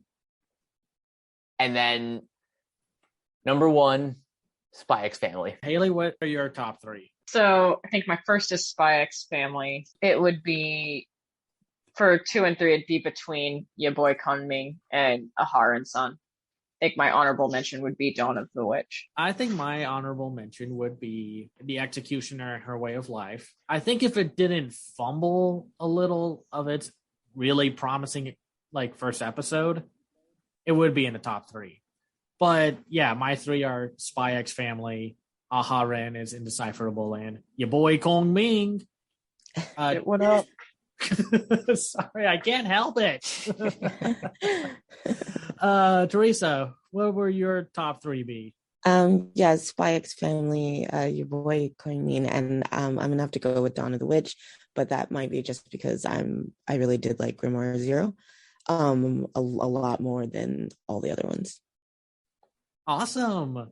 Yeah, I think like despite having to go through a lot of trash, a lot of just trash. This season has a lot of good ones, and we'll get to those next time. Seriously, we probably have the best sports category I have ever seen in anime. So next week we have the other category, which is kind of the wild card. We got romance and sports. This will be a fun one for sure. But for now, Haley, where can everyone not find you online? Don't find me. You cannot find me. You still can't find me. I'm taking a long walk through a social media wasteland. I'm in but I am in the Renegade Pop Culture Facebook group. If you have questions for me. And Teresa? You can find me at Teresa Electro on all social media platforms. And Cameron? You can find me on Twitter at Cam's Eye View. I run my own website called camseyeview.biz, where I review animated films and shows from around the world called The Other Side of Animation. I have a Patreon at patreon.com/camseyeview. If you like what I do, you can send support that way. And you guys can find me on Twitter at Captain K42. You can check out my quick thoughts on letterboxd.com/CoachK42. And you can find me in all the various Facebook groups just at my name. You can check out Renegade Pop Culture on Facebook and Twitter at Ren Pop Culture, and now on YouTube. You can check us out on Podchaser or the Banana Meter. Listen to all of our podcasts on Anchor, Spotify, Apple Podcasts, etc. And last but not least, everything can be found at renegadepopculture.com. Need an escape? So do we. That'll do it for this episode of Renegade Animation. We will catch you guys later. Peace out.